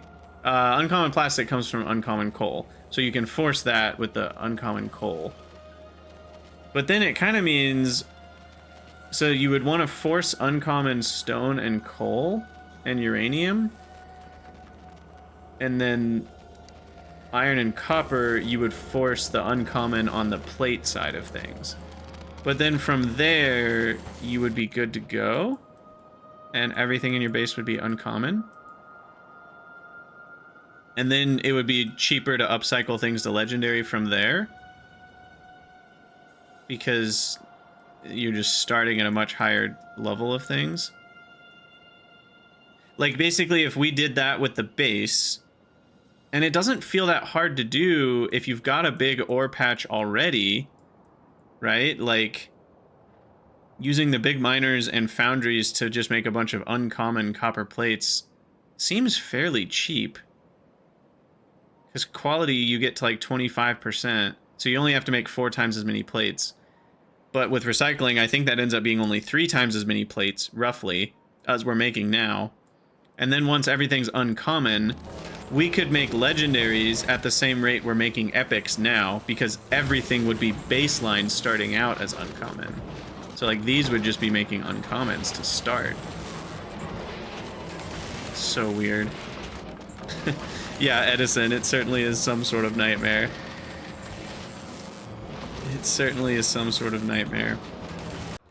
Yeah, the real mess is when you're trying to make everything, and then if you go to rare, right, then the question is, well, do you start by rarefying all your iron plates, or do you use the uncommon iron plates with other uncommon ingredients to, like, uncommon copper plates and copper wire, to then have a chance at some rare circuits? Or do you gamble, upcycle all of your plates to rare first? You know, it's like these are such interesting questions. Like, there's so many problems with it. Yeah, exactly, Alexander. So many needs for overflow conditions and stuff. It gets so chaotic. Well, how many more rares do I have here? Only 2 in that one, and 8 in that one. Nice. Okay.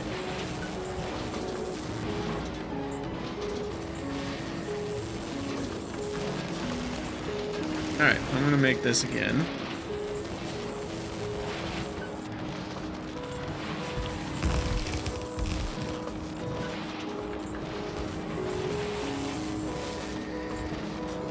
And so we'll get another one running. Let's get 2 more running.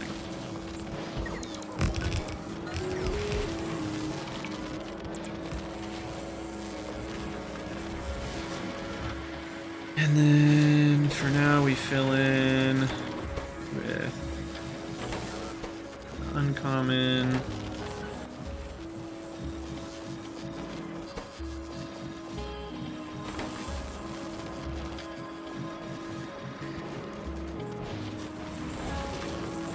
Okay.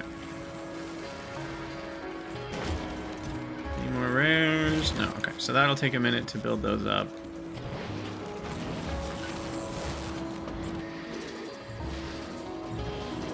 This is crazy.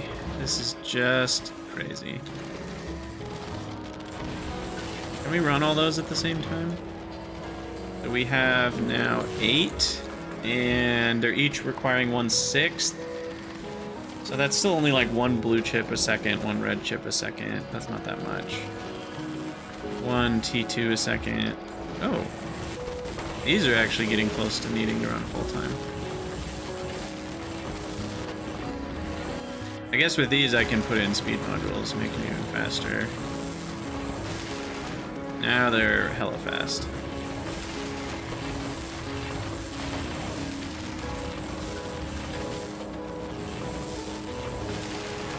That's where all the blue chips are going to disappear to. And the blue chips are because we don't have enough green chips, and the green chips are because we don't have enough iron.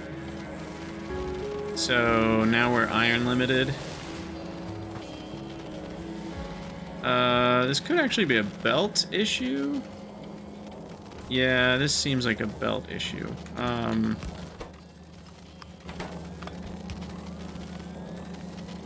So let's upgrade that bad boy.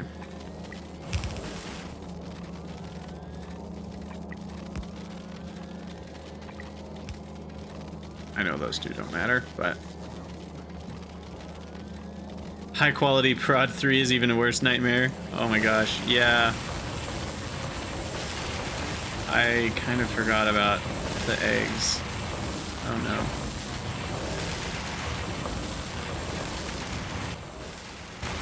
Oh yeah, that's... I actually... Okay.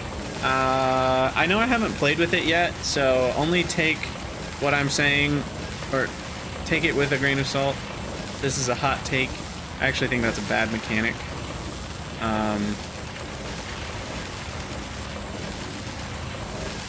I think this is a bad mechanic.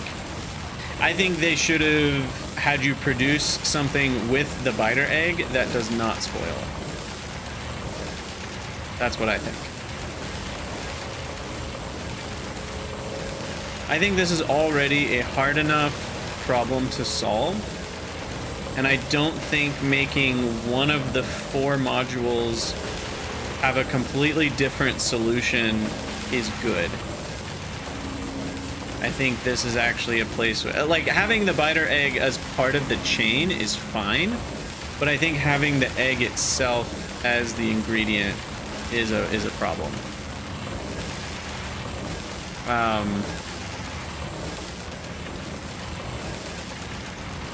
I think that's a problem. You can use productivity modules to move biter eggs around. It's true. If you're willing to lose 75% of your eggs, you can transport them in an unspoiled fashion. But yeah, that I think is I think that's kind of a... Again, I know this is a little bit of a hot take. Like, I haven't even played with the mechanic yet, but that just doesn't feel right to me. Because then you've got stuff like this for all 3 of your other modules, but then, oh no, productivity 3, you got to do a completely different solution. And it just feels weird that, like, the consistency of the modules is broken by that. So, if they spoil on a space platform, I think biters end up in space. I've seen some screenshots of that. I kind of wish they would just die or float off into space, because, like, they don't have magnetic little legs or whatever, but I don't know. Yeah, Aloy, but the solution to eggs is a very different solution than the biter eggs in trying to upgrade the quality of your Prod 3 modules. Because science isn't something you are heavily incentivized to upgrade the quality of, right? But modules are. So those are very different applications, in my opinion. Okay, we are using all of the iron now. So at this point, we're just iron limited until we upgrade productivity modules. That's a bummer.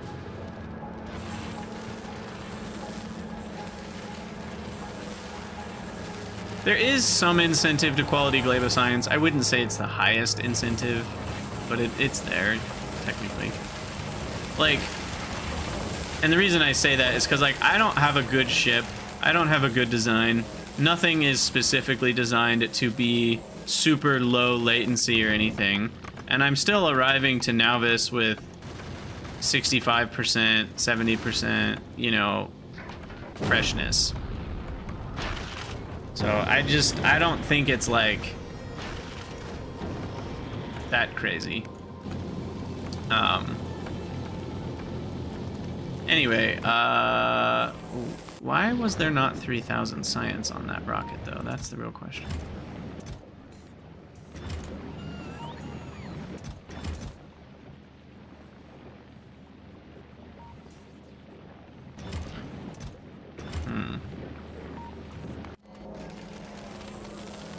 Or maybe there was and it just got rid of it right before I clicked on it. Maybe that was it. Who knows? Yeah, we've got the 2,000. Okay. All right. Well, let's see. So now we want to work a little bit on iron.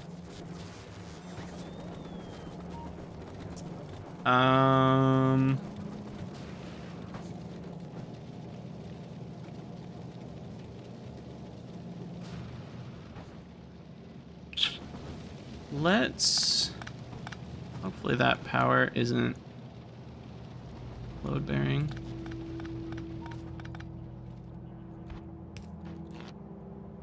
Just in case it is. Let's do something simple. Let's grab some foundries.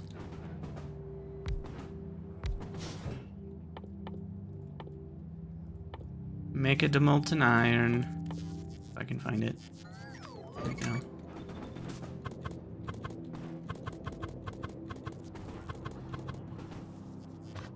We're going to use the same beacons for the ones that actually make the plates.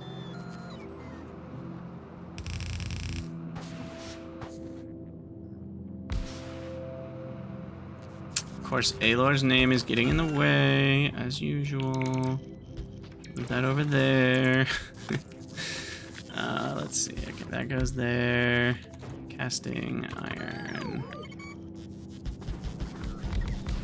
Alright, I don't know how many plates this is going to get us, but it's going to be a heck of a lot more than I'm making right now with the iron that we have. And then what I'm going to do is we're going to use stack inserters. Oh, I was hopeful.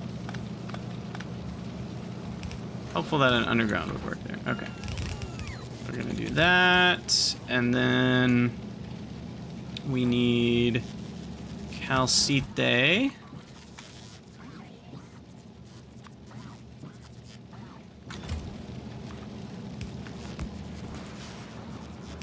then that should be just about it for what we need.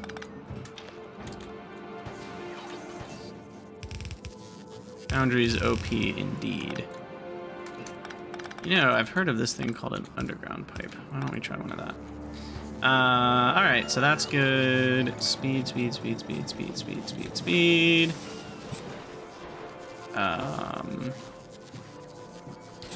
Prod, prod, prod, prod, prod.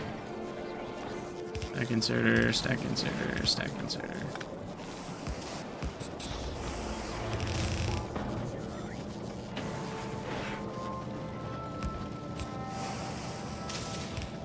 Alright. And then that comes over here. Does one of these.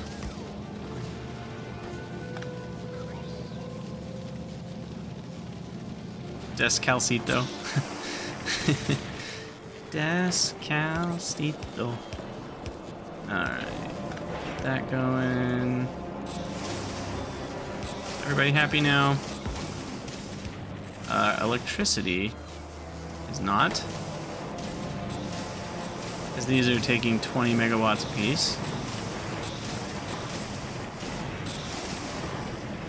So what's my actual iron ore productivity here? Okay, hold on. Before I do that, though, I actually do legitimately need to worry about power.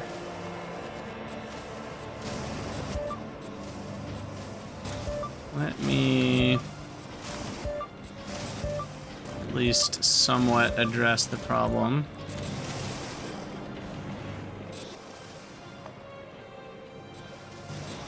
With... Oh, of course they needed to charge. If only I had uncommon logistics bots. Alright, we'll do that.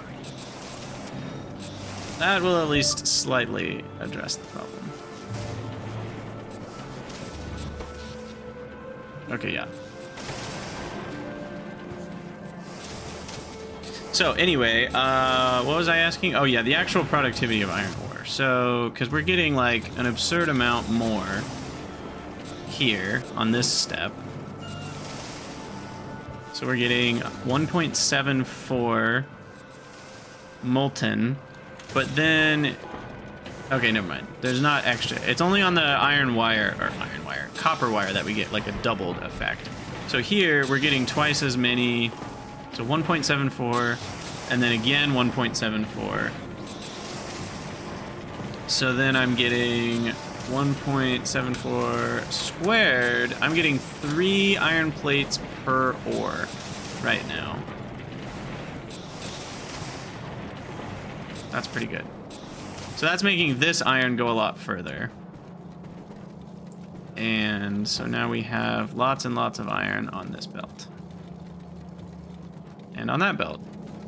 Which, it looks really funny to have the stacked plates next to the unstacked plates. That is just a hoot and a half. Alright, we'll upgrade everything to green all the way along the way.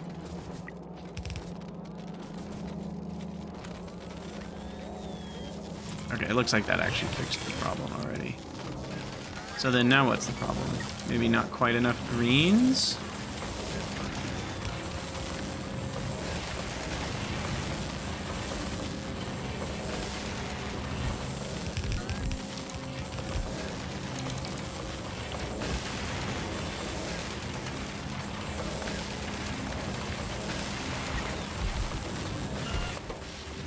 So we'll kill our power network again.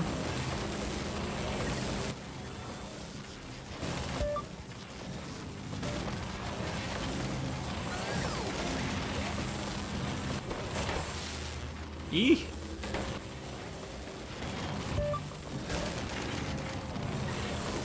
Definitely need some better efficiency modules.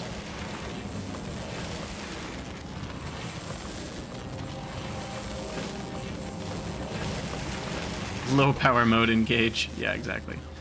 Alright, I think that should be good enough.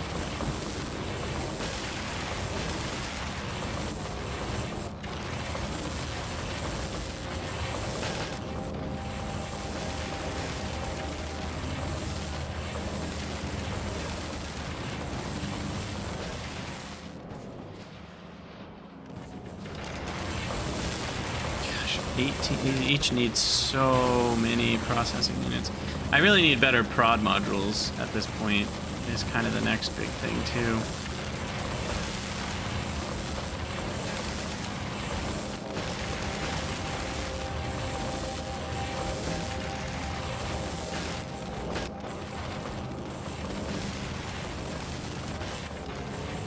I feel like this is a good time to start researching. No thanks. We'll let our science stay backed up for a minute. There's not even any researches I really need. They're all just infinite upgradey type things. And I guess one more. Oh, I didn't see this. That's amazing. Oh, cool. Okay, so we actually do get long inserters to be slightly better.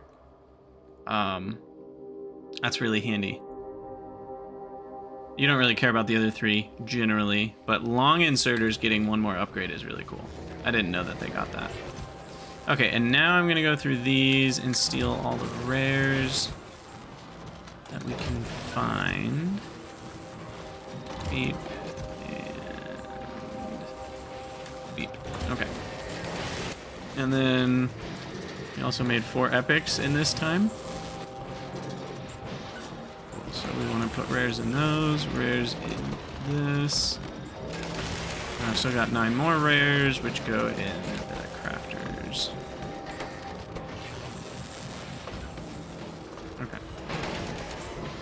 And then I've got 24 extra uncommons that I'll just dump in here. Let that recycle them. As well as 43 regulars that I will let get recycled. What happened to the day 13 goal? Stream 13? Should be on YouTube Live. I think I fixed the thumbnail. The thumbnail was wrong on one of them.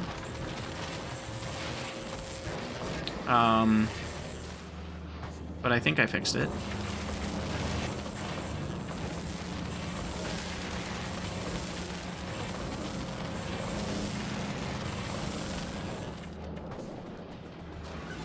It's interesting that the biggest cost isn't what this costs, it's what the quality 2s cost.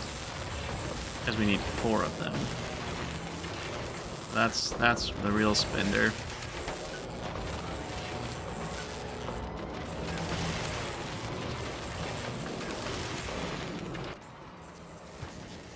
Okay, well, there we go.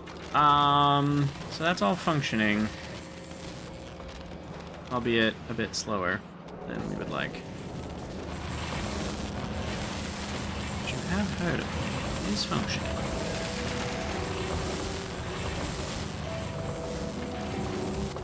Yeah, I guess the next step would be to make higher quality prod modules.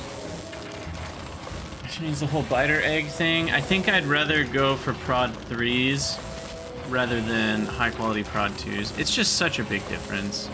Right, like, prod 2s are boosted by, what is that?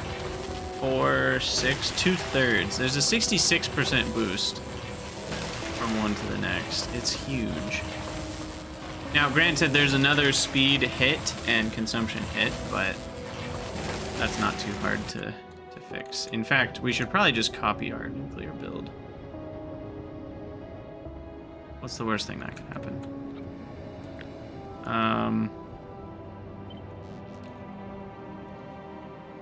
Why not?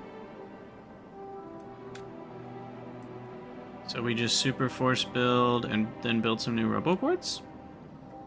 Sounds good to me.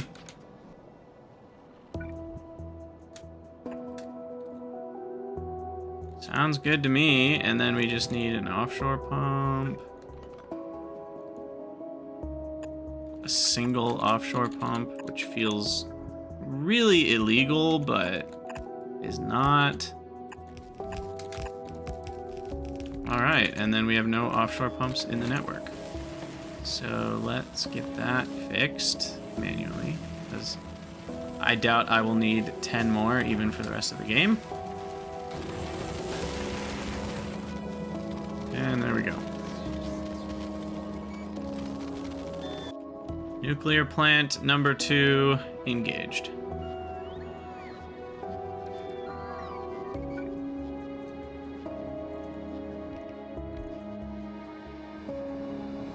Would it be better if we had connected it so we have better productivity or neighbor bonuses? Yes, yes it would, but this method required 0 extra work, and we're already getting, what is this, 480 megawatts out of it, so it should be fine. Biters are going to be strategic and kill the pumps. I'd be surprised if they knew how to do something like that, but you never know. Stream 13 still has 12 on thumbnail. Really? What did I do then? Because I literally thought I fixed it, so I don't know what happened. I will have to investigate this problem. Okay, so what's the actual issue now? Is it not enough copper? Or what? It's not enough green circuits still. Okay, so these are running too slow. Because these don't have enough copper. Aha.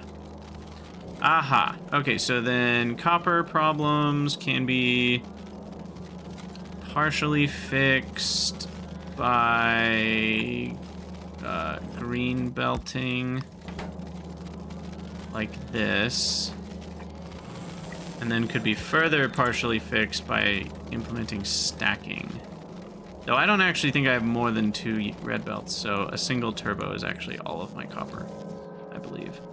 Yeah, so stacking would not help in this case.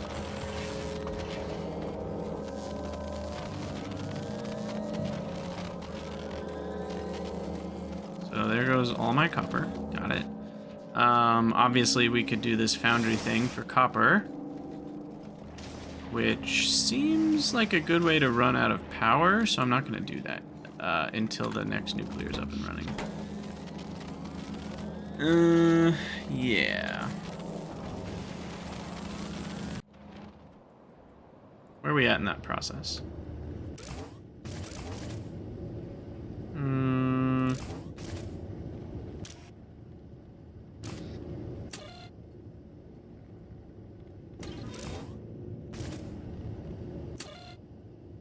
Wait, what? Oh, it counts the fuel that it's currently burning as contents? That's interesting. I didn't know that. Okay. So once it finishes burning the first one, then we should see all of them fire up.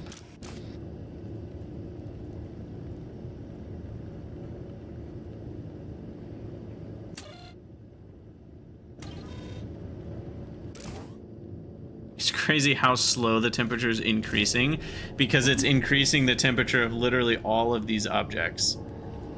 And so they're just, basically they're all just sucking the heat out of it almost immediately, even though it's making quite a bit. Doesn't even matter. Alright, more turrets. Someday I'll make a big laser turret push for rare laser turrets. I say rare because I think that's probably enough to take care of the problem once and for all. I could just do uncommons and get that 10% boost, but I think that 20% range boost is enough to make it so that we just wipe them out before they get close enough to attack.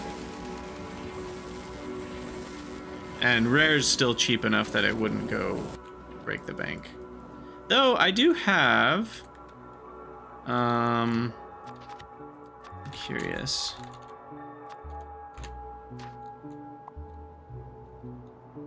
$658 laser turrets.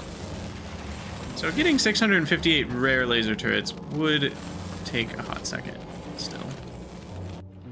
But now, why is the color? Is the steam turbine a different color when it's running? Or I guess it's because there's steam in the fluid network? That's interesting.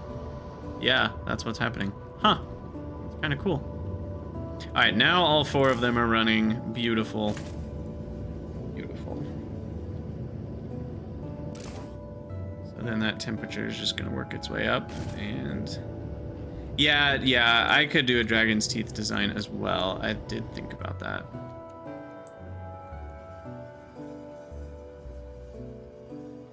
I do dislike how dumb biters are. Dragon's teeth shouldn't work as well as they do. It's just because they literally don't even attack the teeth, which I'm not necessarily arguing that the AI should be crazy good, but yeah, Dragon's teeth feels a bit cheaty because of how ridiculously strong they are. Or how little work they are. Okay, so let's copy this. Including the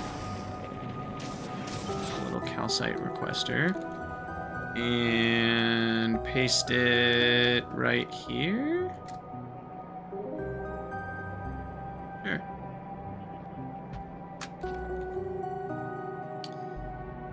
Super force build is a beautiful thing. Pipes? We're missing pipes? That feels odd.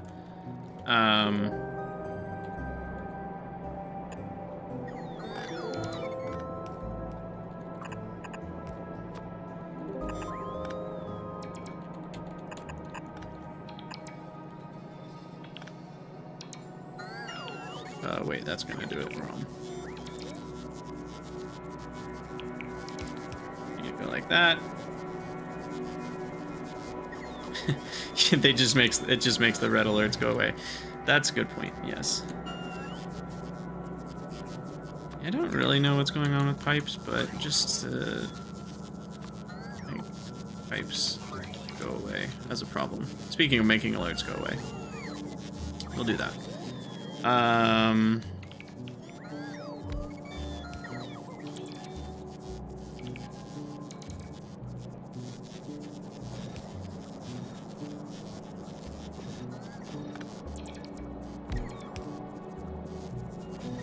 This should work.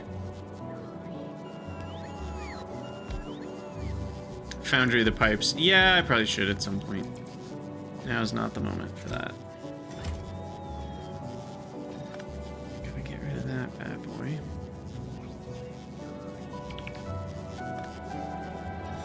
Now, why is this turbo splitter taking 5 years to build? I wonder where the bot is that's currently working on that. I got that placed a long time ago. I don't know what the issue is right now. There it is.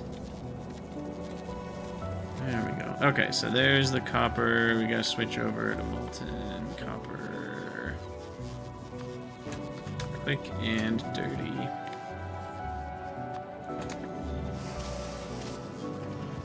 Alright, now, speaking of pipes, what is going on? They're all getting taken for making... what? Aha, steam turbines. I see the problem.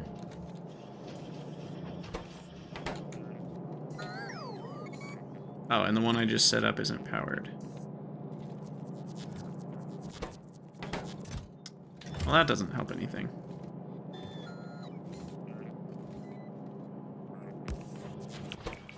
There we go.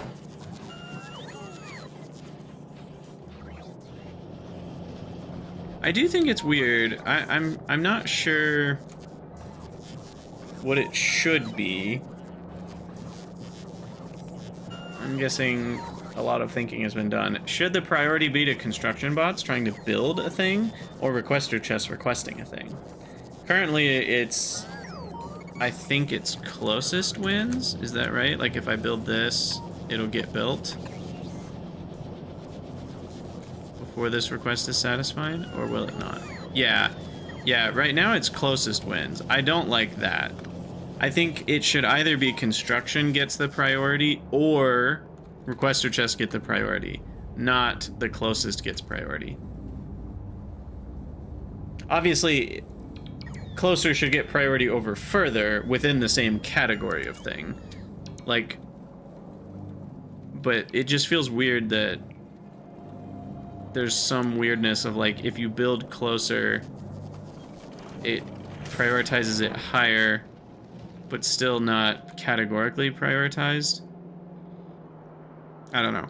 Yeah, whatever it is kind of weird, and I wish it was more just a hard and fast rule, like construction requests get full priority over, you know, requester chests, or vice versa. One of the two.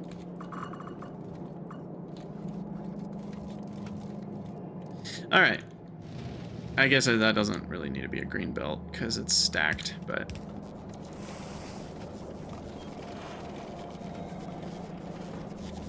Okay, so there's just the easiest, so easy, crap ton more copper plates. I mean, I was making 60 before, so I guess technically this isn't enough? Oh, that's kind of weird. I guess we need a little bit more speed beaconing, actually.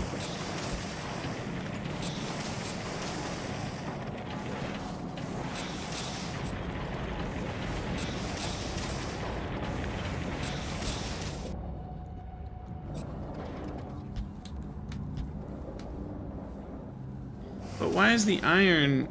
If that was true, then I'm making less iron, too. 44 plus 18. I guess it's a little more than 60. But pretty close to 60, which is what I was making before. Oh, I guess the iron one, I've still got supplemental iron from this. Although we're not using very much of it, but... Like, I don't even know what's happening with all these belts, and at this point I'm too afraid to ask. So, I'm just gonna ignore it.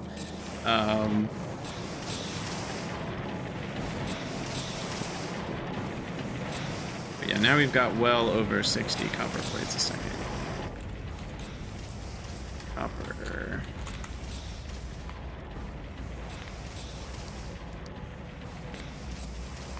So we were kind of maxing out at 2.8 thousand a minute, and now I'm at 4.4 thousand a minute. Yeah, that's a pretty big boost.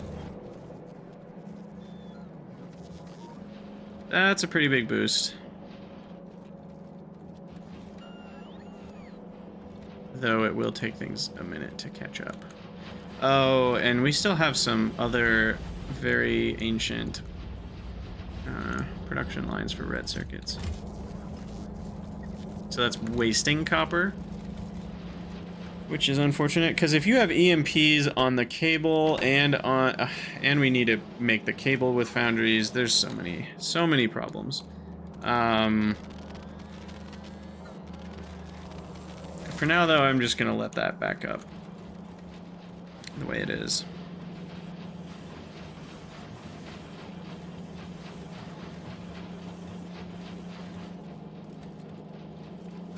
Can you barrel molten? No, okay. I was like, if you can barrel molten copper, that'd be dope. I could just bring in a few barrels of molten copper to make all this wire.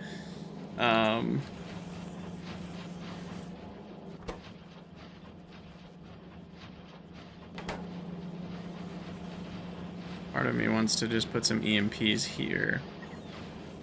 But then at that point, I feel like I should just rebuild the whole thing.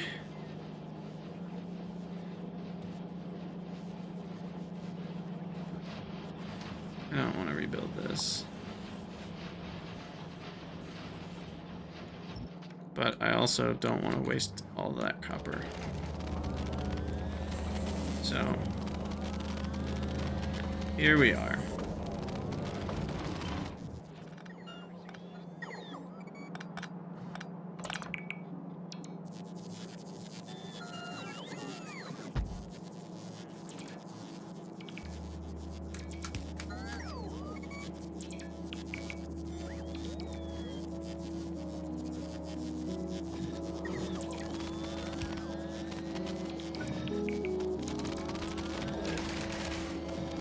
Alright, well that'll get me more prod, at least on the most expensive part, right? The final step is the best step to prod.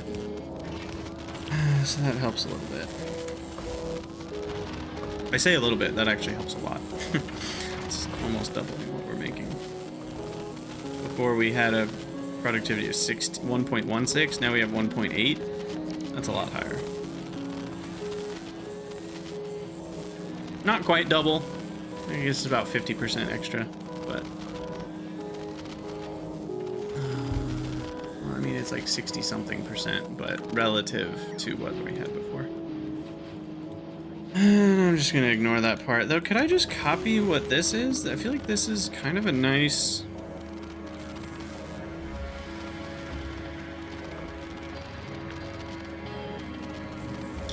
kind of a nice setup already.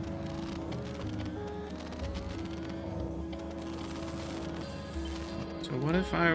will it fit is the question. No, not quite.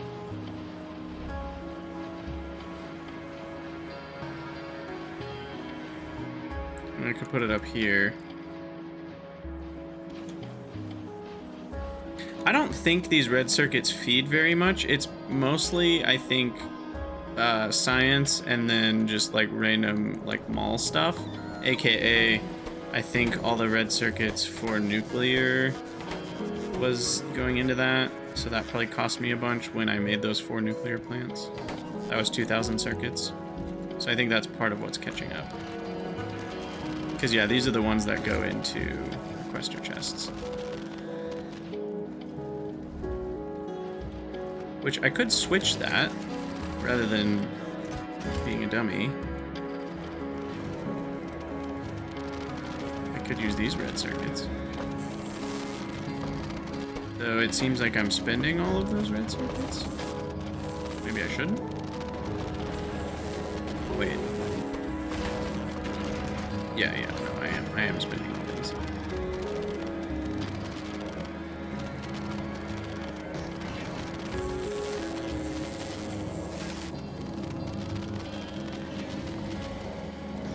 What the heck.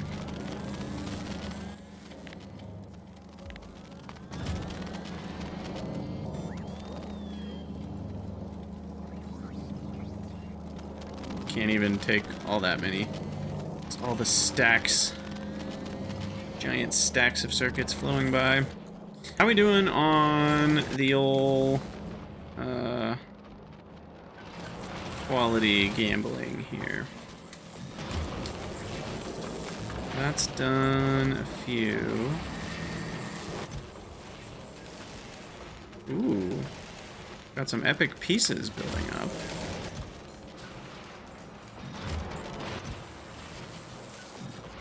Okay, 27 rares and 6 epics. Ooh. Beautiful. Alright, so the recyclers can be full epic at this point. Okay. And then... that's all my epics.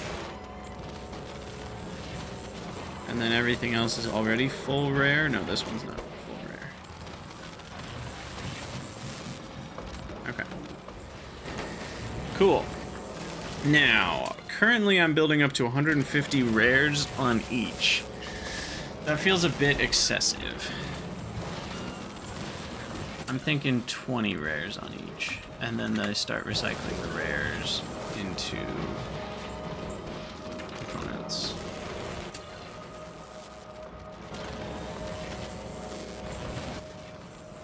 Because I already have 28 here, and I think it's like I mostly want epics for this build and for other builds. So yeah, it's just like I mostly want epics.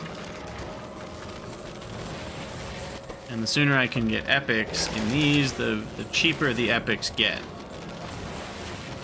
Like, we already saw it. It was a huge difference to go from 4% to that 4.7%.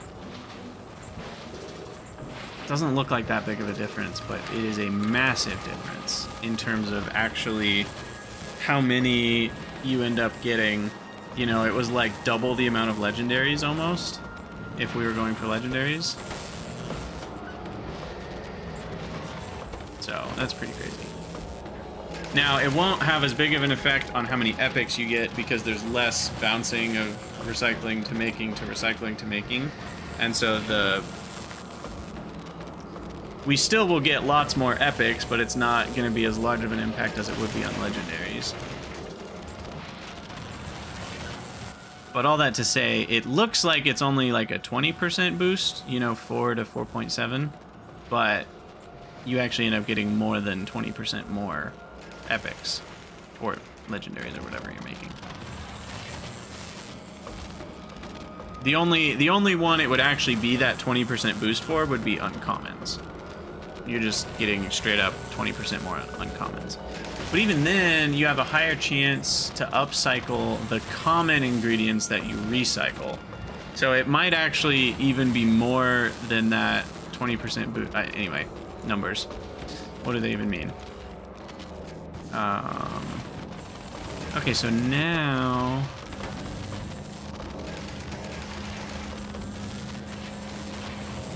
what's the issue? Just not enough red crafters? Is that really the problem? Yeah, seems to be. We're actually eating all of those red circuits somehow. That feels impossible.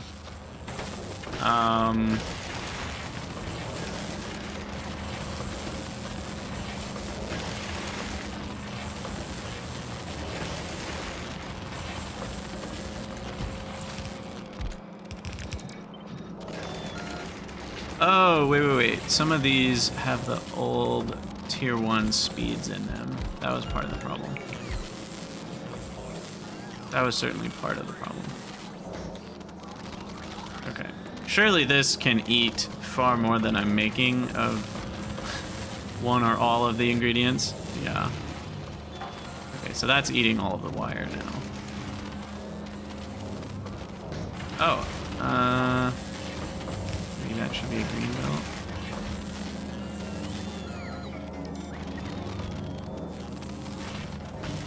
Story as old as time. Indeed. Indeed it is. Alright. We need some teeth out here.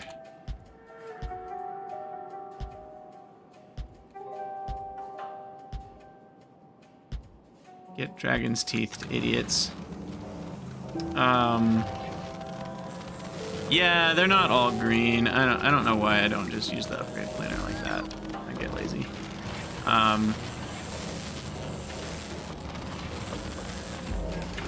These are slightly problematic, I guess, because they're just not fast enough on the red.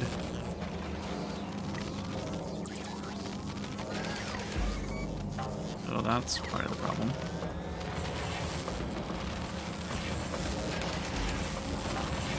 I had up to 90 a second on one side of a red belt. No. One side of a red belt is only 15 a second, which was only 45 a second. Oh, okay. Yeah, that was part of the problem. Now this is 90 a second.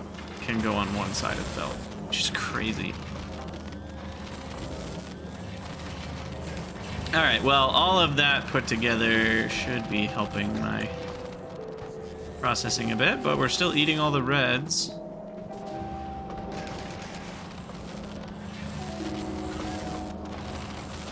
Somehow. Jeez. So expensive. Wow. And look at the power usage. I mean, you couldn't get anywhere near these numbers very easily in vanilla, but now we're, you know, 300 megawatts just for 50 of these electromagnetic plants. It really pumps things up. What will help is when I start making quality speed modules, because they don't have more energy consumption for the same, or for a higher speed boost. They don't boost energy more. So you actually have much more power efficient builds when you have rare or above speed modules. It actually improves power efficiency rather than decreases it. And productivity is it's sort of similar. because you do get more speed from more productivity as well.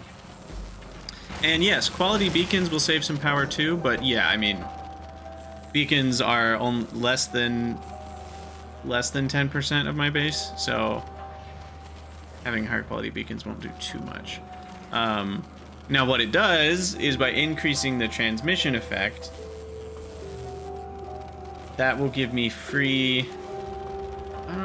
well, it will actually make things less power efficient because speed 3s are power inefficient.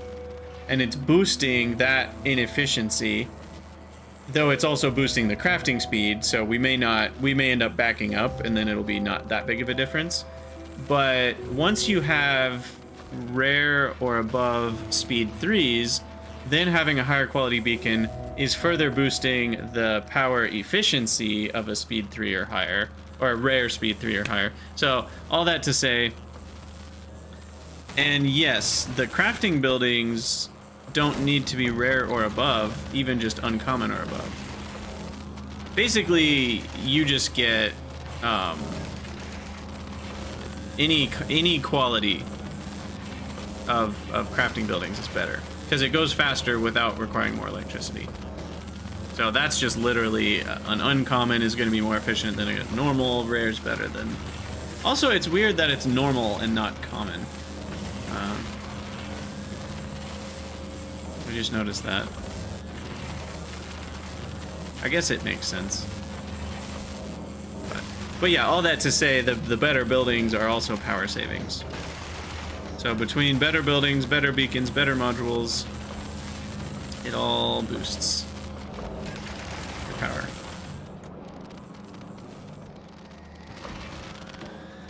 Yeah, we are eating all of the blue circuits now.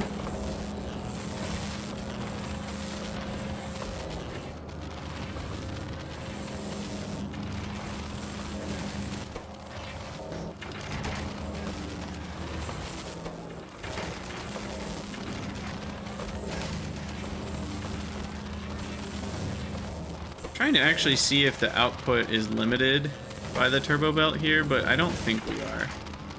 It looks like it's limited by the input speed of these guys.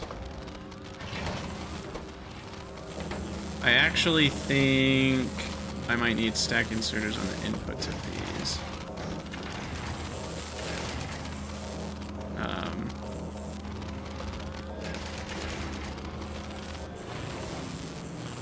Oh, these buildings aren't running. Oh, I'm missing an inserter on that. That's part of the problem. 2 of my 6 here were not running. With prods, speeds are actually better for power than efficiencies. To a certain point, you are correct. Yes. Because eventually your speed is so low that adding a flat amount of speed is saving you more power than decreasing the power usage. But obviously, once you have a certain amount of speed modules, that stops being true, because the speed is already high enough that decreasing the power usage would save more power than increasing the speed. All just some fun math. Why is this one not running? Oh, do we have the exact same issue here? It looks like it. Yeah, when I copy-pasted, I must have not quite copied the full square, and we were missing that bottom row of inserters. There we go. So now we do have a problem with belt-sidedness. And because they're both side-loading, it actually would be fine to do this. Solve it with stack size 4. Yeah, I guess that's another way to solve it too. There we go. There's all the green circuits. Yeah, so when I thought I was tripling it, I'd only doubled it. Now we're tripling. Okay, and then finally, this is probably not technically necessary, but I like things being stacked since the other two are stacked. So we'll stack the blues as well. But then it will look like we're making even less of them. But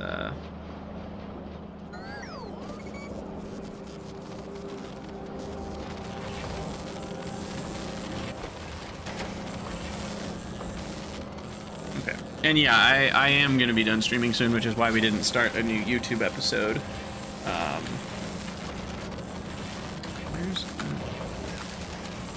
Oh. Closed my Twitch stream info. Yeah, so what else can we do? What other little stuff do we need to do? I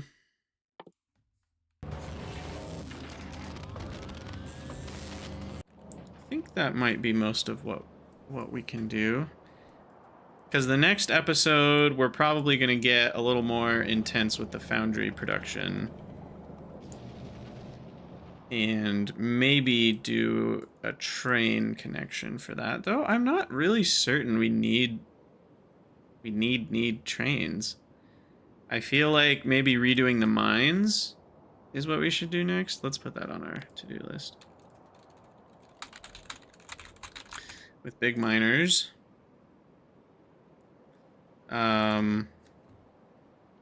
Epic quality stuff, that's still in progress. Aquilo ship in progress. Redo circuiturgy is almost done. And then, oh, quality beacons would be a good thing to work on as well. We got to get modules going a little better first, though, but... The thing I wasn't counting on is just how freaking expensive modules are. Like, I know, like, in your head, you know they're expensive, but it's when you start making them in this amount that you start to see, oh, okay, that's kind of a lot. I mean, look at the raw numbers there. And what's crazy about the raw numbers is that's not even counting the blue circuits. It's counting those as a raw ingredient, which, personally, I hate. I know that it's because of the sulfuric acid, but, like, but break down the red and green chips, break it all down into iron, copper, and plastic. And oil, maybe, but I don't know. I know it. There are different numbers for that, but still. Just give me the sulfuric then. All that to say, it's a lot. Because a 25 blues is 1,000 copper. Am I doing that math right? Yep. Jeez. And 400 or whatever, no, 600 iron. So yeah, a single Q3 module is already like 1,500 copper and 900 iron. And then we're rolling tons and tons of them for quality. So it does make sense that this is spending all of my resources. So maybe I don't want 4 sets of these. It's just that you need quality to make quality, so it feels like the right place to start.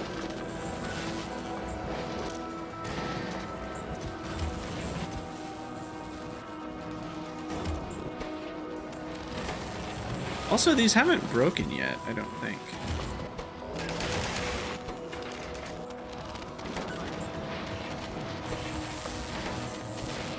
It actually seems like they're running properly.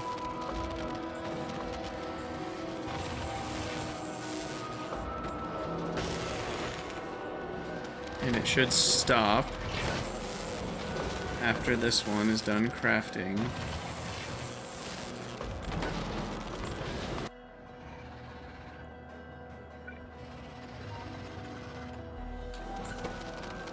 And 199 products finished. It stopped. 101 products finished. And it's starting back up again. Yeah, I mean, obviously most of what they're recycling is just the commons, but here's an uncommon. And it's properly running 2 in a row. Beautiful.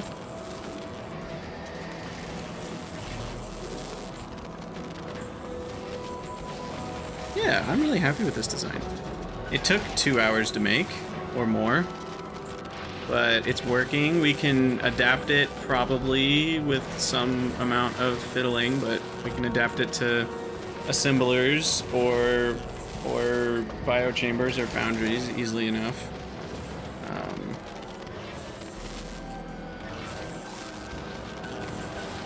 So yeah, 4 is all I have right now, though. Probably because it's still building up the rares. Yeah, we said we wanted 20 rares.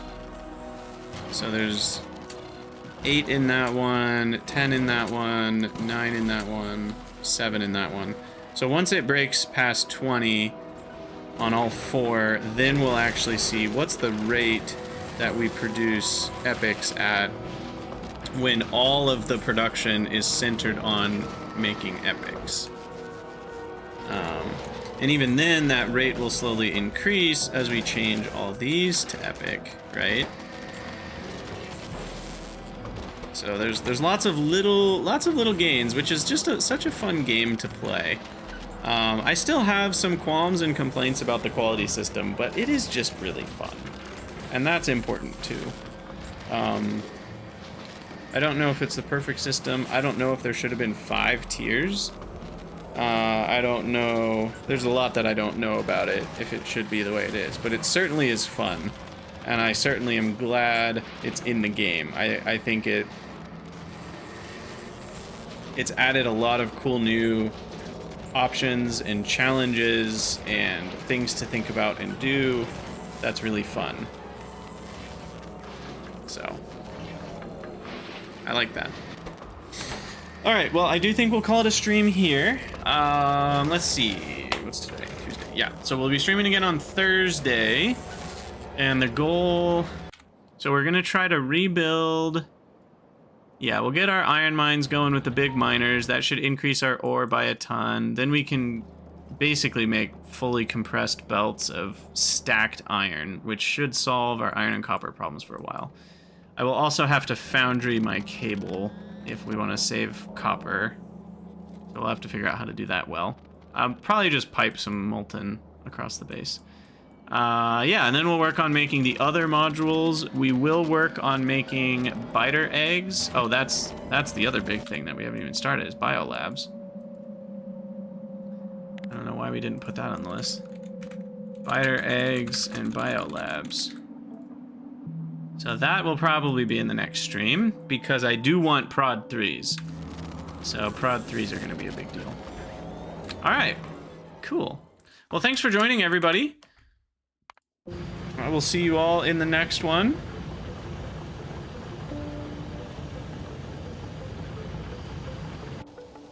Toodaloo, wascally.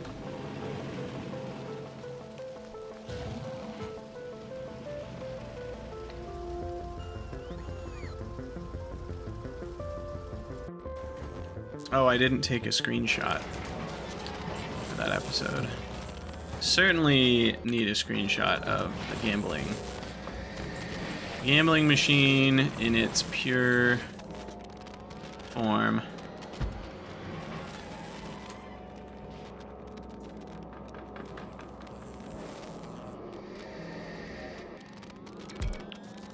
Oh, but it doesn't have the modules, so I have to place them.